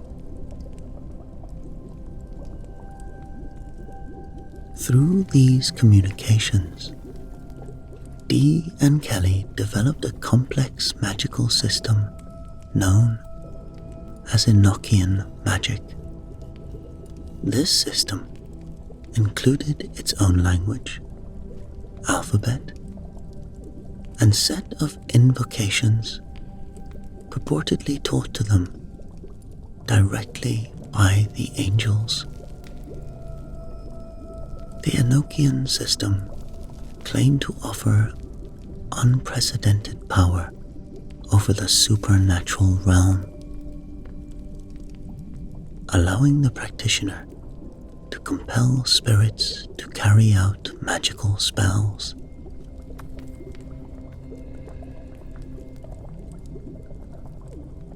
Another intriguing element of Dee's magical pursuits was the mysterious Book of Soiga. This text, filled with magical and alchemical writings, fascinated Dee, who believed it held great occult secrets. Despite his expertise, Dee was unable to fully decipher its contents, adding to its mystique. It was only centuries later that scholars managed to crack some of its codes, revealing complex magical squares and angelic invocations.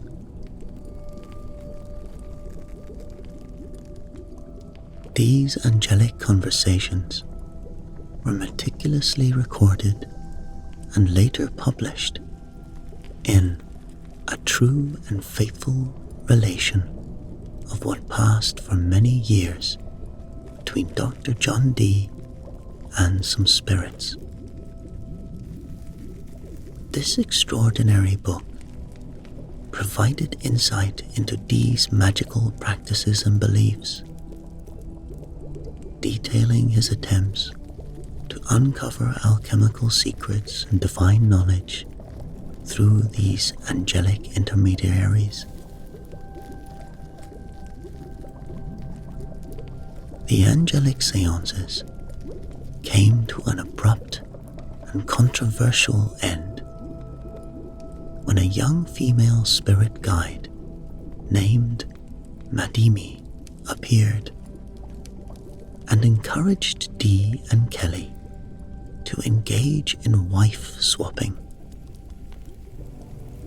This proposition was met with strong objections from both their wives, leading to quarrels that ultimately severed the partnership between the two men. Despite this setback, Dee's reputation as a magician endured. His life and works continue to captivate the imagination, inspiring many books and influencing later magical traditions. Some scholars speculate that he served as the inspiration for Prospero, the powerful wizard in Shakespeare's The Tempest, who similarly commands spirits and possesses books of powerful magic.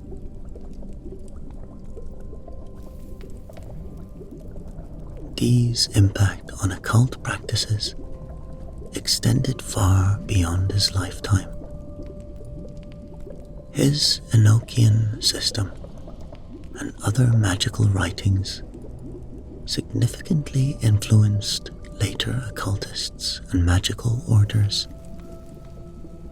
The Hermetic Order of the Golden Dawn, an influential magical society in the late 19th and early 20th century, incorporated many elements of Dee's work into their practices. Even today, some practitioners of ceremonial magic continue to use variations of Dee's Enochian system.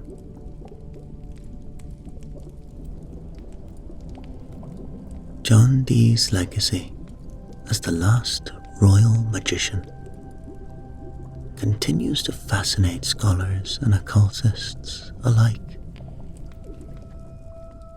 His life story weaves together threads of Renaissance, science, esoteric magic, and royal intrigue, creating a story that reflects the complex interplay between rationality and mysticism in Elizabethan England.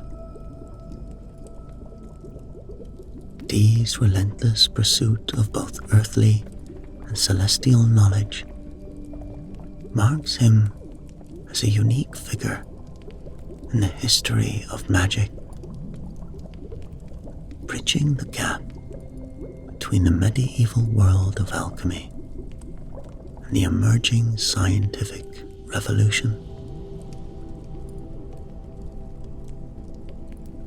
The enigma of John Dee persists to this day. Was he a brilliant scholar, pushing the boundaries of knowledge? A skilled magician with genuine supernatural abilities? Or perhaps a combination of both? Whatever the truth, his contributions to the magical traditions of the Western world remain undeniable, cementing his place as one of history's most intriguing and influential practitioners of the magical arts.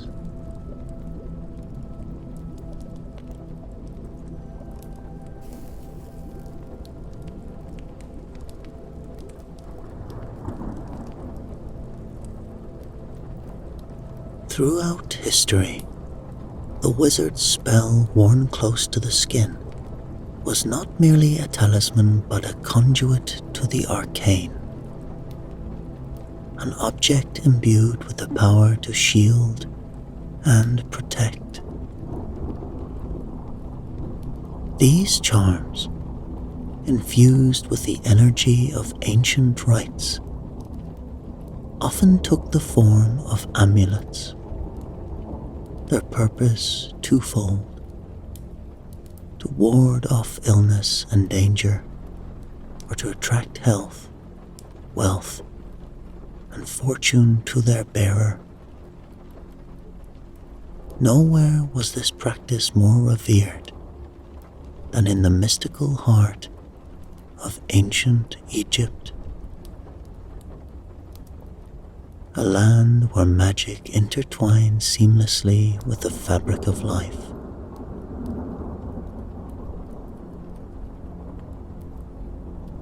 It is here, in the shadows of the pyramids, that the ultimate talisman was crafted, the Leiden magical papyrus,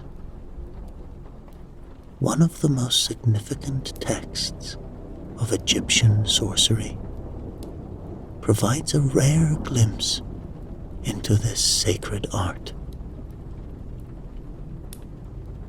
The instructions, preserved for millennia, offer a detailed recipe for the creation of a charm that would hold unparalleled power. It read, "Take a linen band with 16 threads, 4 white, 4 green, 4 blue, 4 red.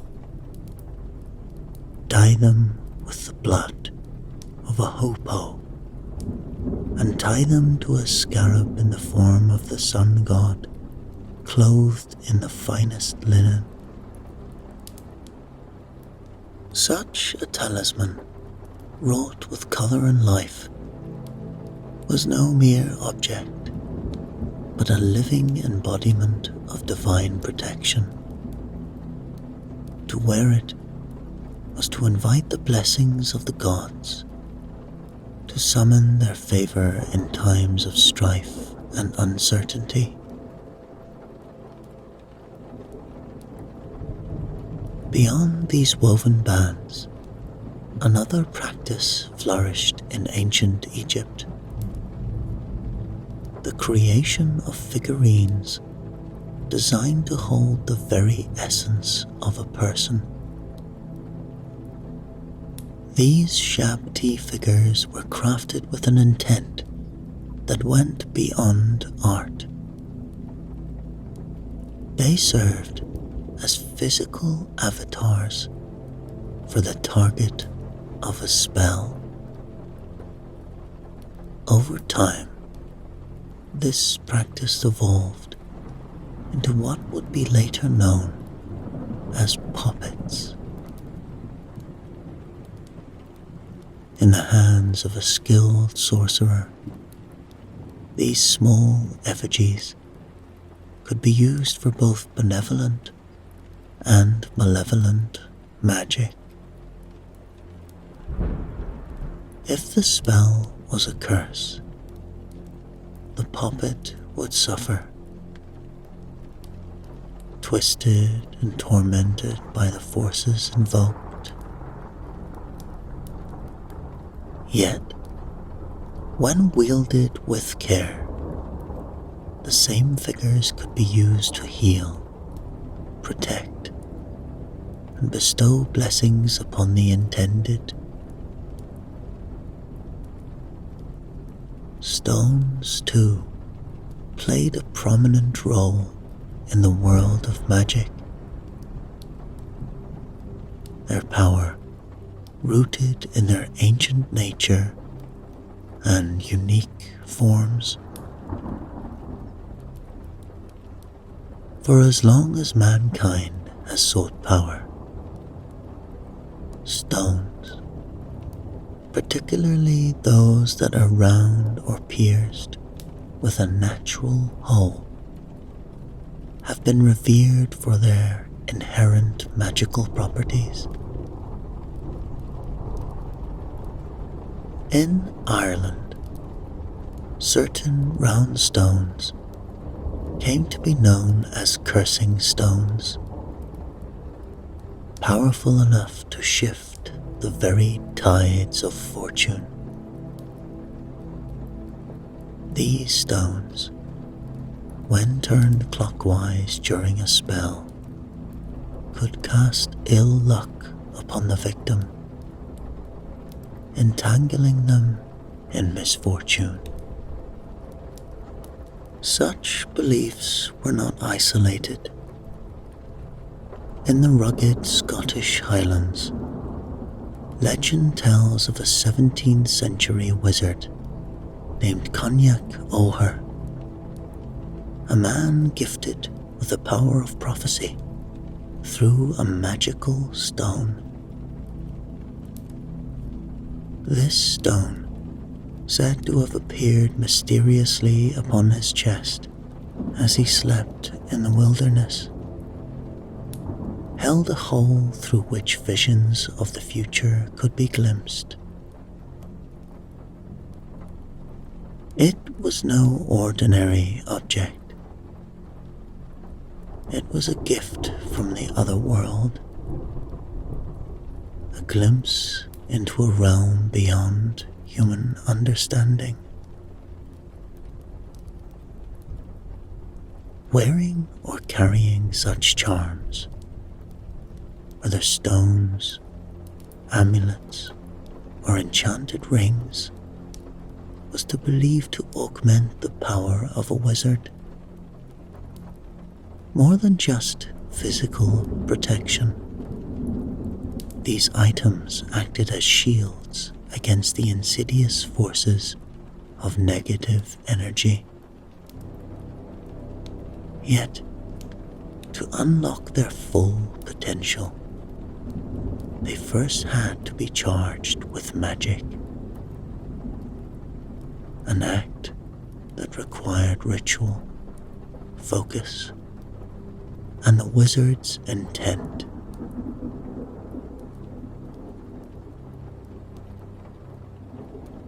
Rings, in particular, were revered as powerful talismans, imbued with ancient knowledge and often etched with symbols of immense significance. No ring was more famous than that of King Solomon, the fabled ruler of Israel.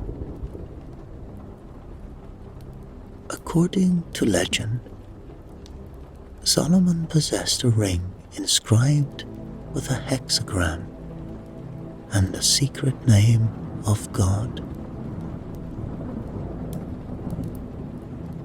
With this ring, he held dominion over spirits and demons, summoning them to perform his bidding,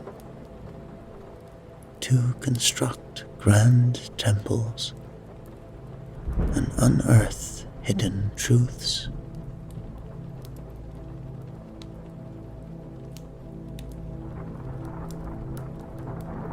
The notion of this magic ring, central to the balance of good and evil, endures in the works of modern imagination. In J.R.R. Tolkien's monumental trilogy, The Lord of the Rings, we of course find the ultimate talisman, the One Ring, an object of supreme power and peril. It is said to be cool to the touch, even after being retrieved from the heart of a fire. Upon its surface, fiery runes proclaim, "One ring to rule them all, one ring to find them, one ring to bring them all, and in the darkness bind them." This idea of a single ring holding the fate of the world in balance mirrors an earlier tale from the 19th century, that of Richard Wagner's epic opera cycle, Der Ring des Nibelungen. In this saga, another ring of power emerges from the depths, forged from the Rhine's priceless hoard of gold. As the music swells, the audience is drawn into a battle where not only men, but gods themselves are threatened. A shaft of light from the heavens suddenly illuminates the Rhine treasure, the priceless hoard of gold. The gold may be forged into a ring which will allow its owner to rule the world.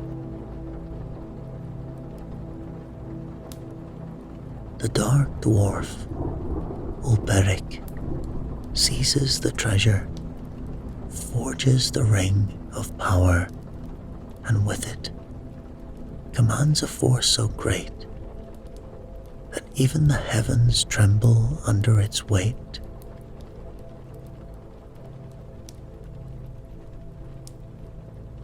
Such stories, whether drawn from ancient texts or modern fantasies, reveal the timeless allure of the magical ring. Whether worn on the hand of a king, a wizard, or a humble traveler, these rings, these talismans of power, speak to the eternal human desire to touch the divine, to command the forces that govern life and death, and to protect ourselves from the unseen energies that shape our fate.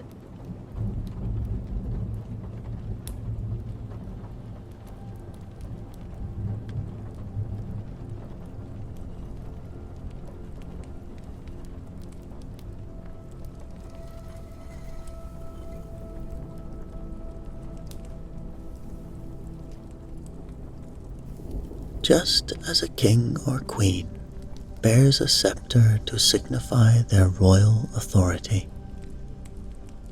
the wizard wields his staff not merely as a symbol, but as the very heart of his arcane strength. Unlike the scepter, which represents the power in the realm of men. The wizard's wand is a concentrated vessel for his magic, a conduit through which the forces of the universe are challenged and directed. The greater the wizard, the more potent his wand, a tool capable of both miraculous creation and destructive devastation.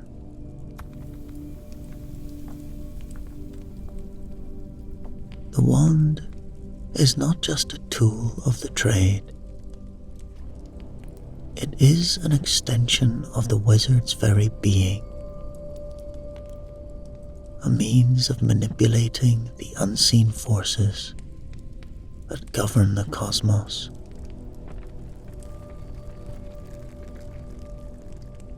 For the most powerful of practitioners, it can shape destiny, alter reality,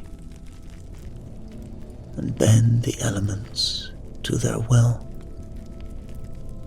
whether to bring light to the world or to cast it into shadow.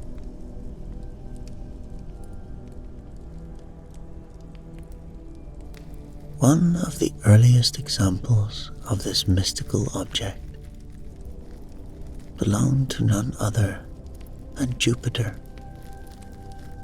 the supreme god of classical mythology. Jupiter, known as the ruler of the heavens and the bringer of light, held a scepter of unrivaled power. Forged by the god of fire, this wand was no ordinary creation. It was infused with the essence of the thunderbolt itself, making it a tool of both creation and destruction.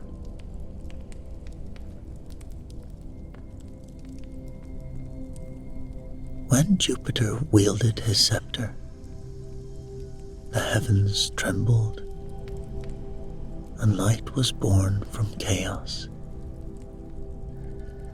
His power was such that no mortal or god could withstand his might when the staff was in his hand. Mercury, the fleet-footed messenger of the gods and guide of souls to the underworld, also wielded a staff, though his was imbued with subtler powers. It bore two serpents entwined around its shaft, symbolizing a delicate balance between life and death.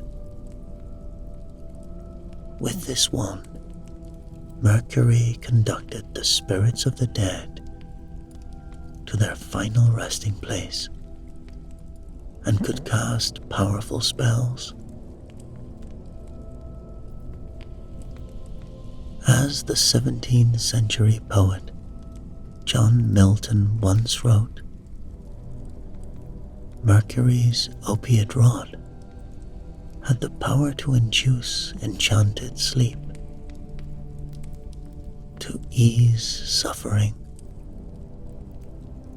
and to soothe the weary with the touch of its magical tip. This rod, entwined with serpents, was not only a guide to the underworld, but also a potent emblem of transformation and healing.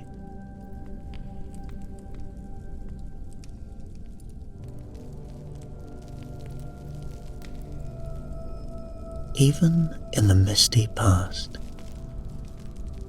long before the civilizations of Greece and Rome,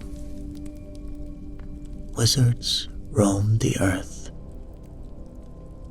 their magic wands accompanying them into the great beyond. Archaeologists, in their tireless quest to uncover the forgotten secrets of the ancients, believe they may have found evidence of Britain's earliest known wizard. In the windswept cliffs of South Wales, the ceremonial burial site known as the Paviland Tomb, dating back to around 24,000 BC, holds the remains of a young man laid to rest with ivory mammoth tusks, revered relics of the time. What is most intriguing is that these tusks have been deliberately broken, a practice suggesting that they may have once served as a magic staff. You see, ivory, treasured for its mystical properties, was believed to channel great power. To break the wizard's scepter upon his death was not merely an act of reverence.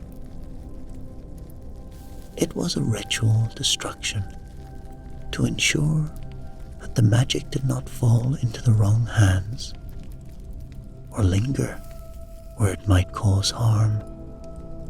This ancient ritual of breaking the wand to signify the end of a wizard's power persisted through the ages, manifesting in stories of old and in the works of the great bard himself. In Shakespeare's The Tempest, we witness the very moment when the wizard Prospero renounces his magic, choosing to end his mystical influence over the world. He says, "Graves at my command have waked their sleepers, opt and let them forth. By my potent art, but this rough magic I here abjure. I'll break my staff, bury it in certain fathoms in the earth, and deeper than ever did plummets sound, I'll drown my book." Prospero's decision to break his staff and relinquish his power marks the final act of a wizard who had commanded the elements, raised the dead, and shaped the fates of those around him. The act of burying the staff symbolizes the burial of magic itself, a return to the natural order after the wizard's art had so long disrupted the balance. Yet, the power of the wand remains a potent force in the imagination. Jupiter, god of light and thunder, serves as the archetype of the wizard who wields his staff to illuminate the darkness. The staff is a symbol of clarity and truth, pushing back the shadow and revealing what is hidden.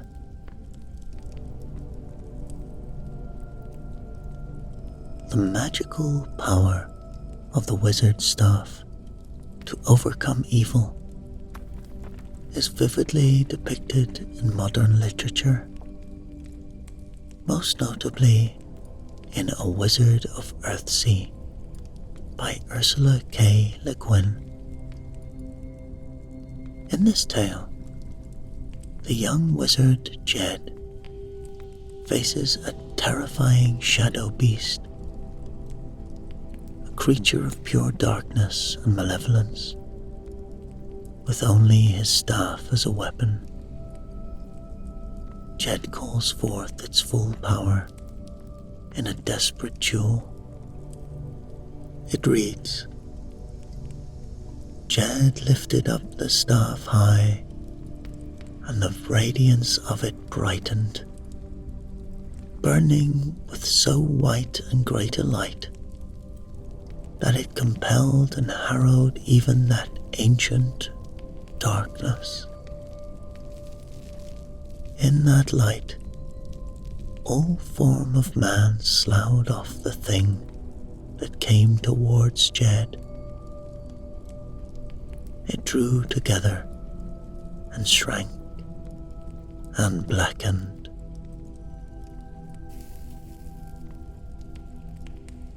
Here, the staff is no longer just a tool. It becomes the embodiment of Jed's strength, a weapon of light that strips away the dark, revealing the truth and the form beneath. The scene underscores the ultimate role of the wizard's wand, to bring forth illumination in times of darkness, to wield the power of the cosmos, not merely for personal gain, but for the protection of the world.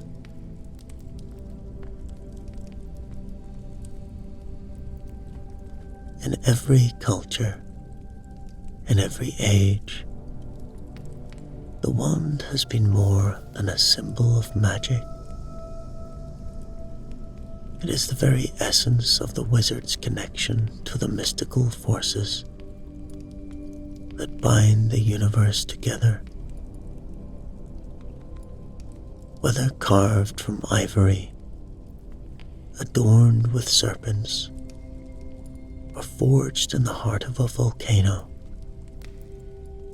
the wand remains the ultimate tool of power, representing the eternal struggle between light and darkness, good and evil.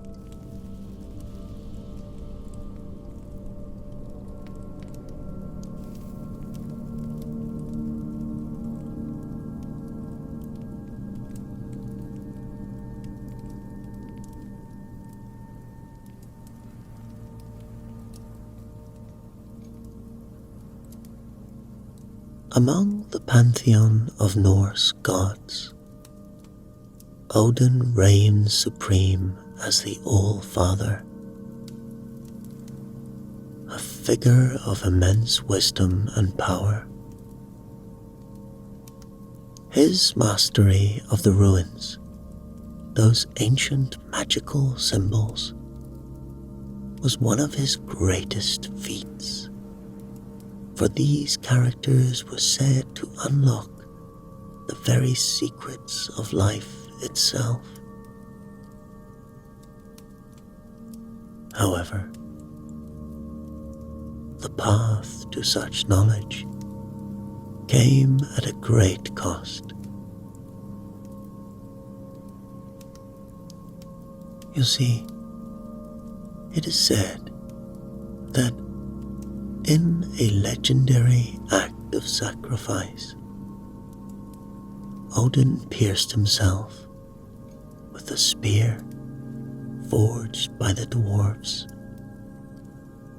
and hung as a corpse from the world tree for 9 days and 9 nights.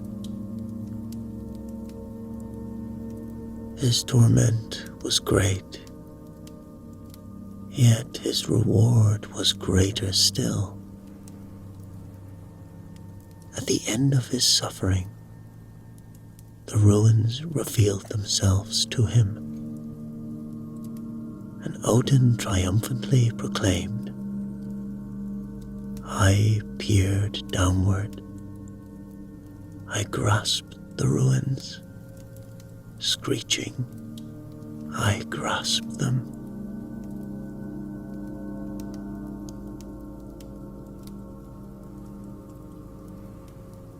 With the ruins in his possession, Odin gained access to primordial wisdom, knowledge from the dawn of time itself.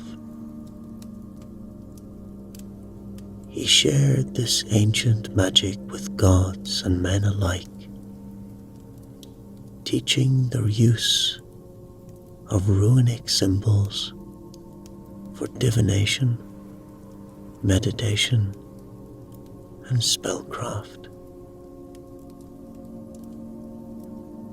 When combined into bind ruins, these characters became powerful talismans, offering protection and guidance to those who wielded them.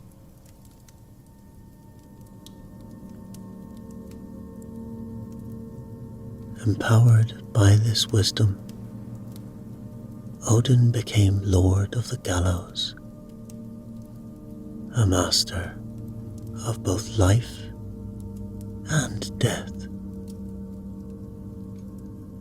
With his mastery over the ruins, he could carve them into corpses, reanimating the dead to extract from them the secrets of the underworld. His magical prowess extended beyond the mortal realm.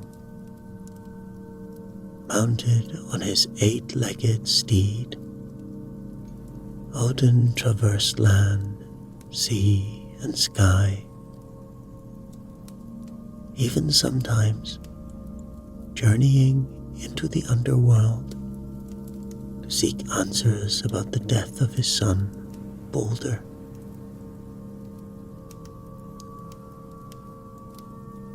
Though the resident prophetess saw through his disguise and denied him full knowledge, Odin's shape-shifting abilities allowed him to deceive many others.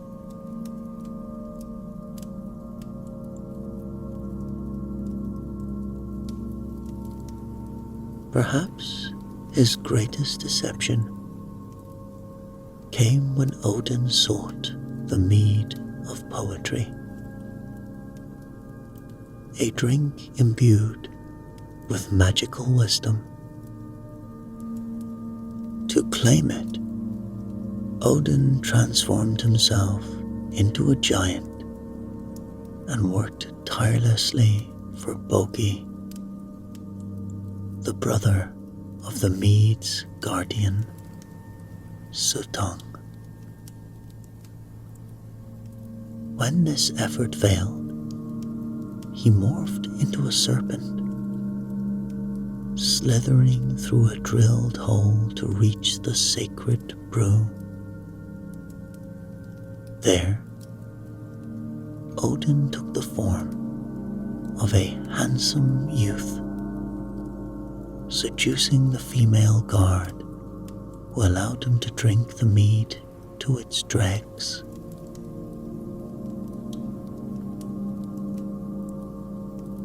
Having succeeded, he transformed once more,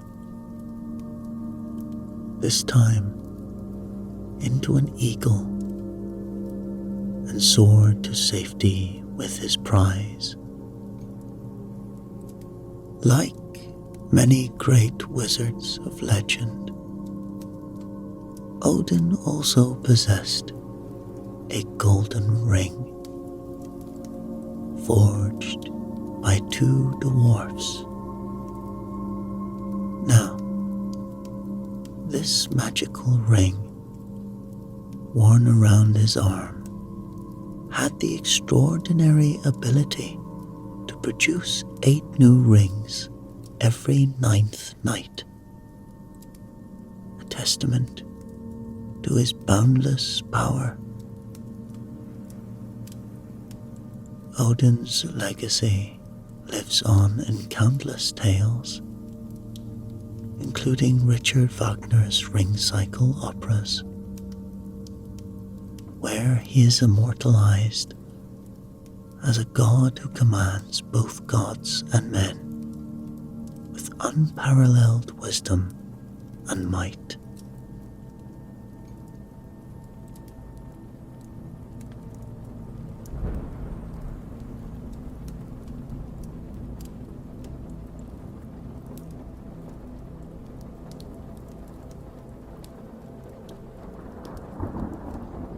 From the beginning of time, the cauldron has been an essential tool in the hands of witches and wizards.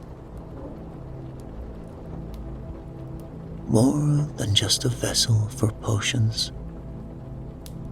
it symbolized life itself,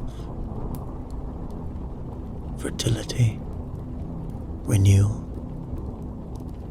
and even the power to raise the dead.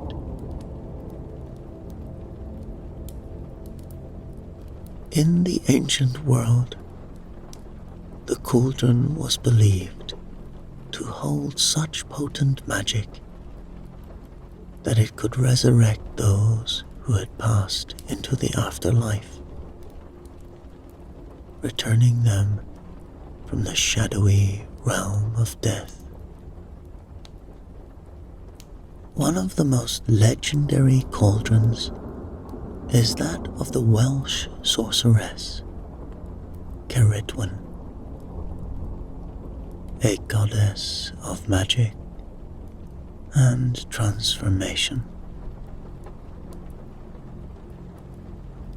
Her cauldron's enchanted brew, meticulously prepared over the course of a year and a day, was meant to distill wisdom, inspiration, and science. Intended for her son, whose deformities she sought to remedy with knowledge. But fate intervened when the humble servant Gwydion, tasked with stirring the cauldron, accidentally tasted 3 precious drops of the brew. Empowered instantly with the wisdom of the gods, Gwydion fled from the wrath of the goddess. In a desperate chase, Gwydion shape-shifted to various animals to escape her grasp. A hare, a fish, and an otter, and a bird. But Ceridwen the goddess, a mistress of transformation herself, pursued relentlessly. When he morphed into a single grain of wheat, hiding among many, the goddess found him, swallowing him whole. Yet, even in her stomach, Gwydion's transformation continued. He became an unborn child, and 9 months later, Ceridwen gave birth to a radiant baby boy, this child would grow into Taliesin, the famed Welsh bard and prophet, whose songs could calm storms, travel through space and time, and conjure magical wonders, as recorded in the 6th century book of Taliesin. The great wizard declared, "When Dian created me, great magic from the staff of enchantment, from 550s of magicians and teachers, like math was I produced. The magician of magicians created me before the world."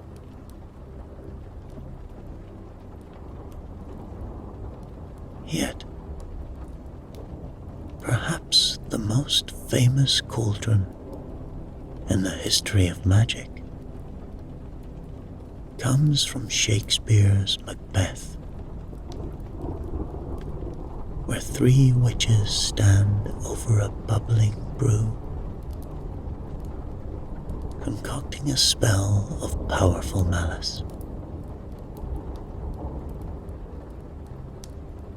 Into their cauldron, they drop ingredients that have since become iconic. Eye of newt and toe of frog, wool of bat and tongue of dog, adder's fork and blindworm's sting, lizard's leg and howlet's wing, for a charm of powerful trouble, like a hell broth boil and bubble.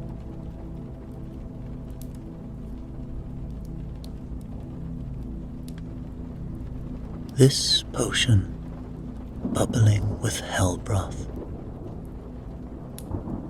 encapsulates the chaotic and destructive forces that witches could summon with their dark arts.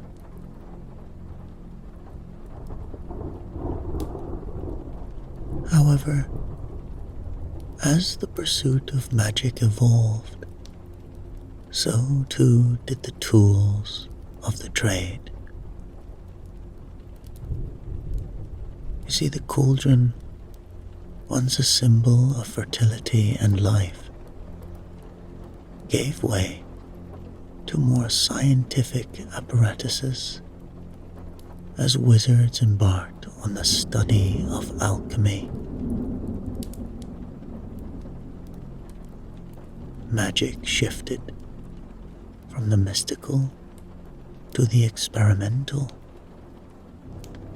and the cauldron was replaced by crucibles and vaporizing vessels.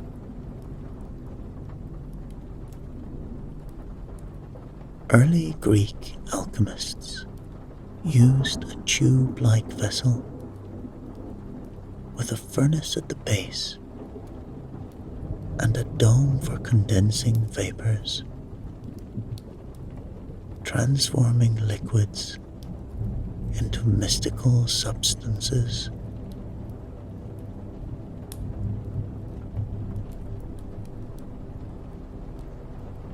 One of the most atmospheric descriptions of a magical laboratory comes from Irish folk legend, where the 16th century wizard Earl, Gerald Fitzgerald, conducted his alchemical experiments. His laboratory is described as a place of eerie mystery. It reads, "It was a strange old high-vaulted room, set about with magical implements and great stoppered jars which seemed to bubble and hiss with mysterious contents.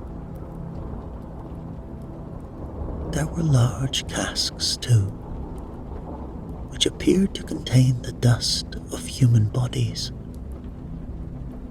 and glass bottles in which floated preserved anatomical parts, both human and animal.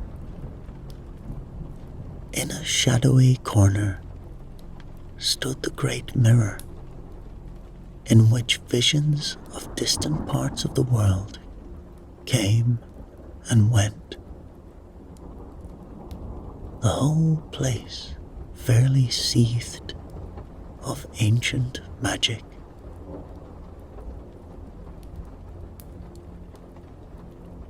Magic and science coexisted, yet the cauldron remained a symbol of the mystical past,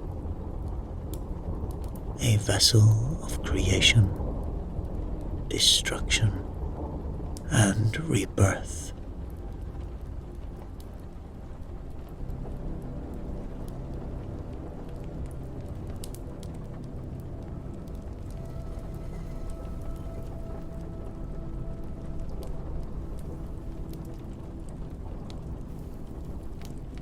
The notion that clothes make the man applies doubly to the wizard, whose attire is often an outward symbol of his power and arcane authority. The magical clothing worn by a wizard carries not only symbols and sigils of power, but also imbues the wearer with a sense of purpose,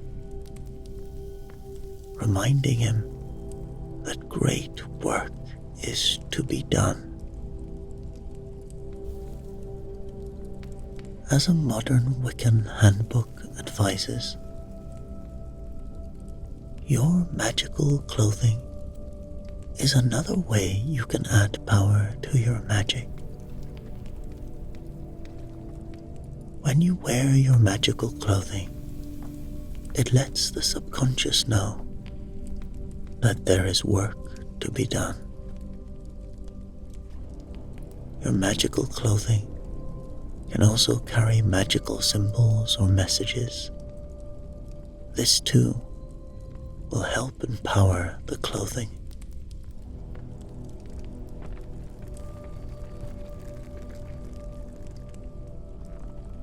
The archetypal image of the wizard's attire is most famously illustrated in T.H. White's The Sword in the Stone, where Merlin's gown is described in intricate detail. His robes were not mere fabric, but a tapestry of symbols. It reads, "He was dressed in a flowing gown with fur tippets, which had the signs of the zodiac embroidered all over it, together with various signs as of triangles with eyes in them, queer crosses, leaves of trees, bones and birds and animals, and a planetarium whose stars shone like bits of looking glass with the sun on them. He had a pointed hat, like a dunce's cap. He also had a wand and a pair of horn-rimmed spectacles. Merlin's attire was the very essence of the wizard's majesty. Draped in stars, bones, and the symbols of ancient magic. The pointed hat, rising skyward, signified the wizard's connection to the heavens, while the horn-rimmed spectacles gave him the air of a scholar. This image has endured through time, shaping the visual representation of wizards in modern fantasy. Even in ancient Egypt, the arch-magicians wore star-spangled robes, mirroring the heavens and symbolizing their dominion over both the seen and unseen realms. French kings would later adopt these celestial cloaks during their coronations, drawing upon the ancient magic of Egypt to legitimize their divine right to rule. The shaman, too, wore elaborate costumes adorned with symbols representing the animal guides of the spirit world. Feathers, bones, and other elements of nature were woven into their clothing to help them transform during trances.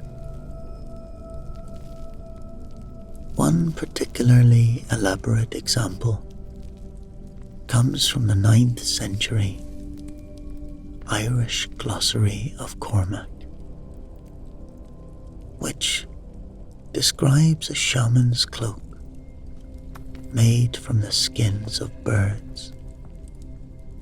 It reads, "The fantastic cloak was made of the skins of white and many-coloured birds. Up to his girdle of the necks of mallards, and from his girdle up to his neck of their tufts."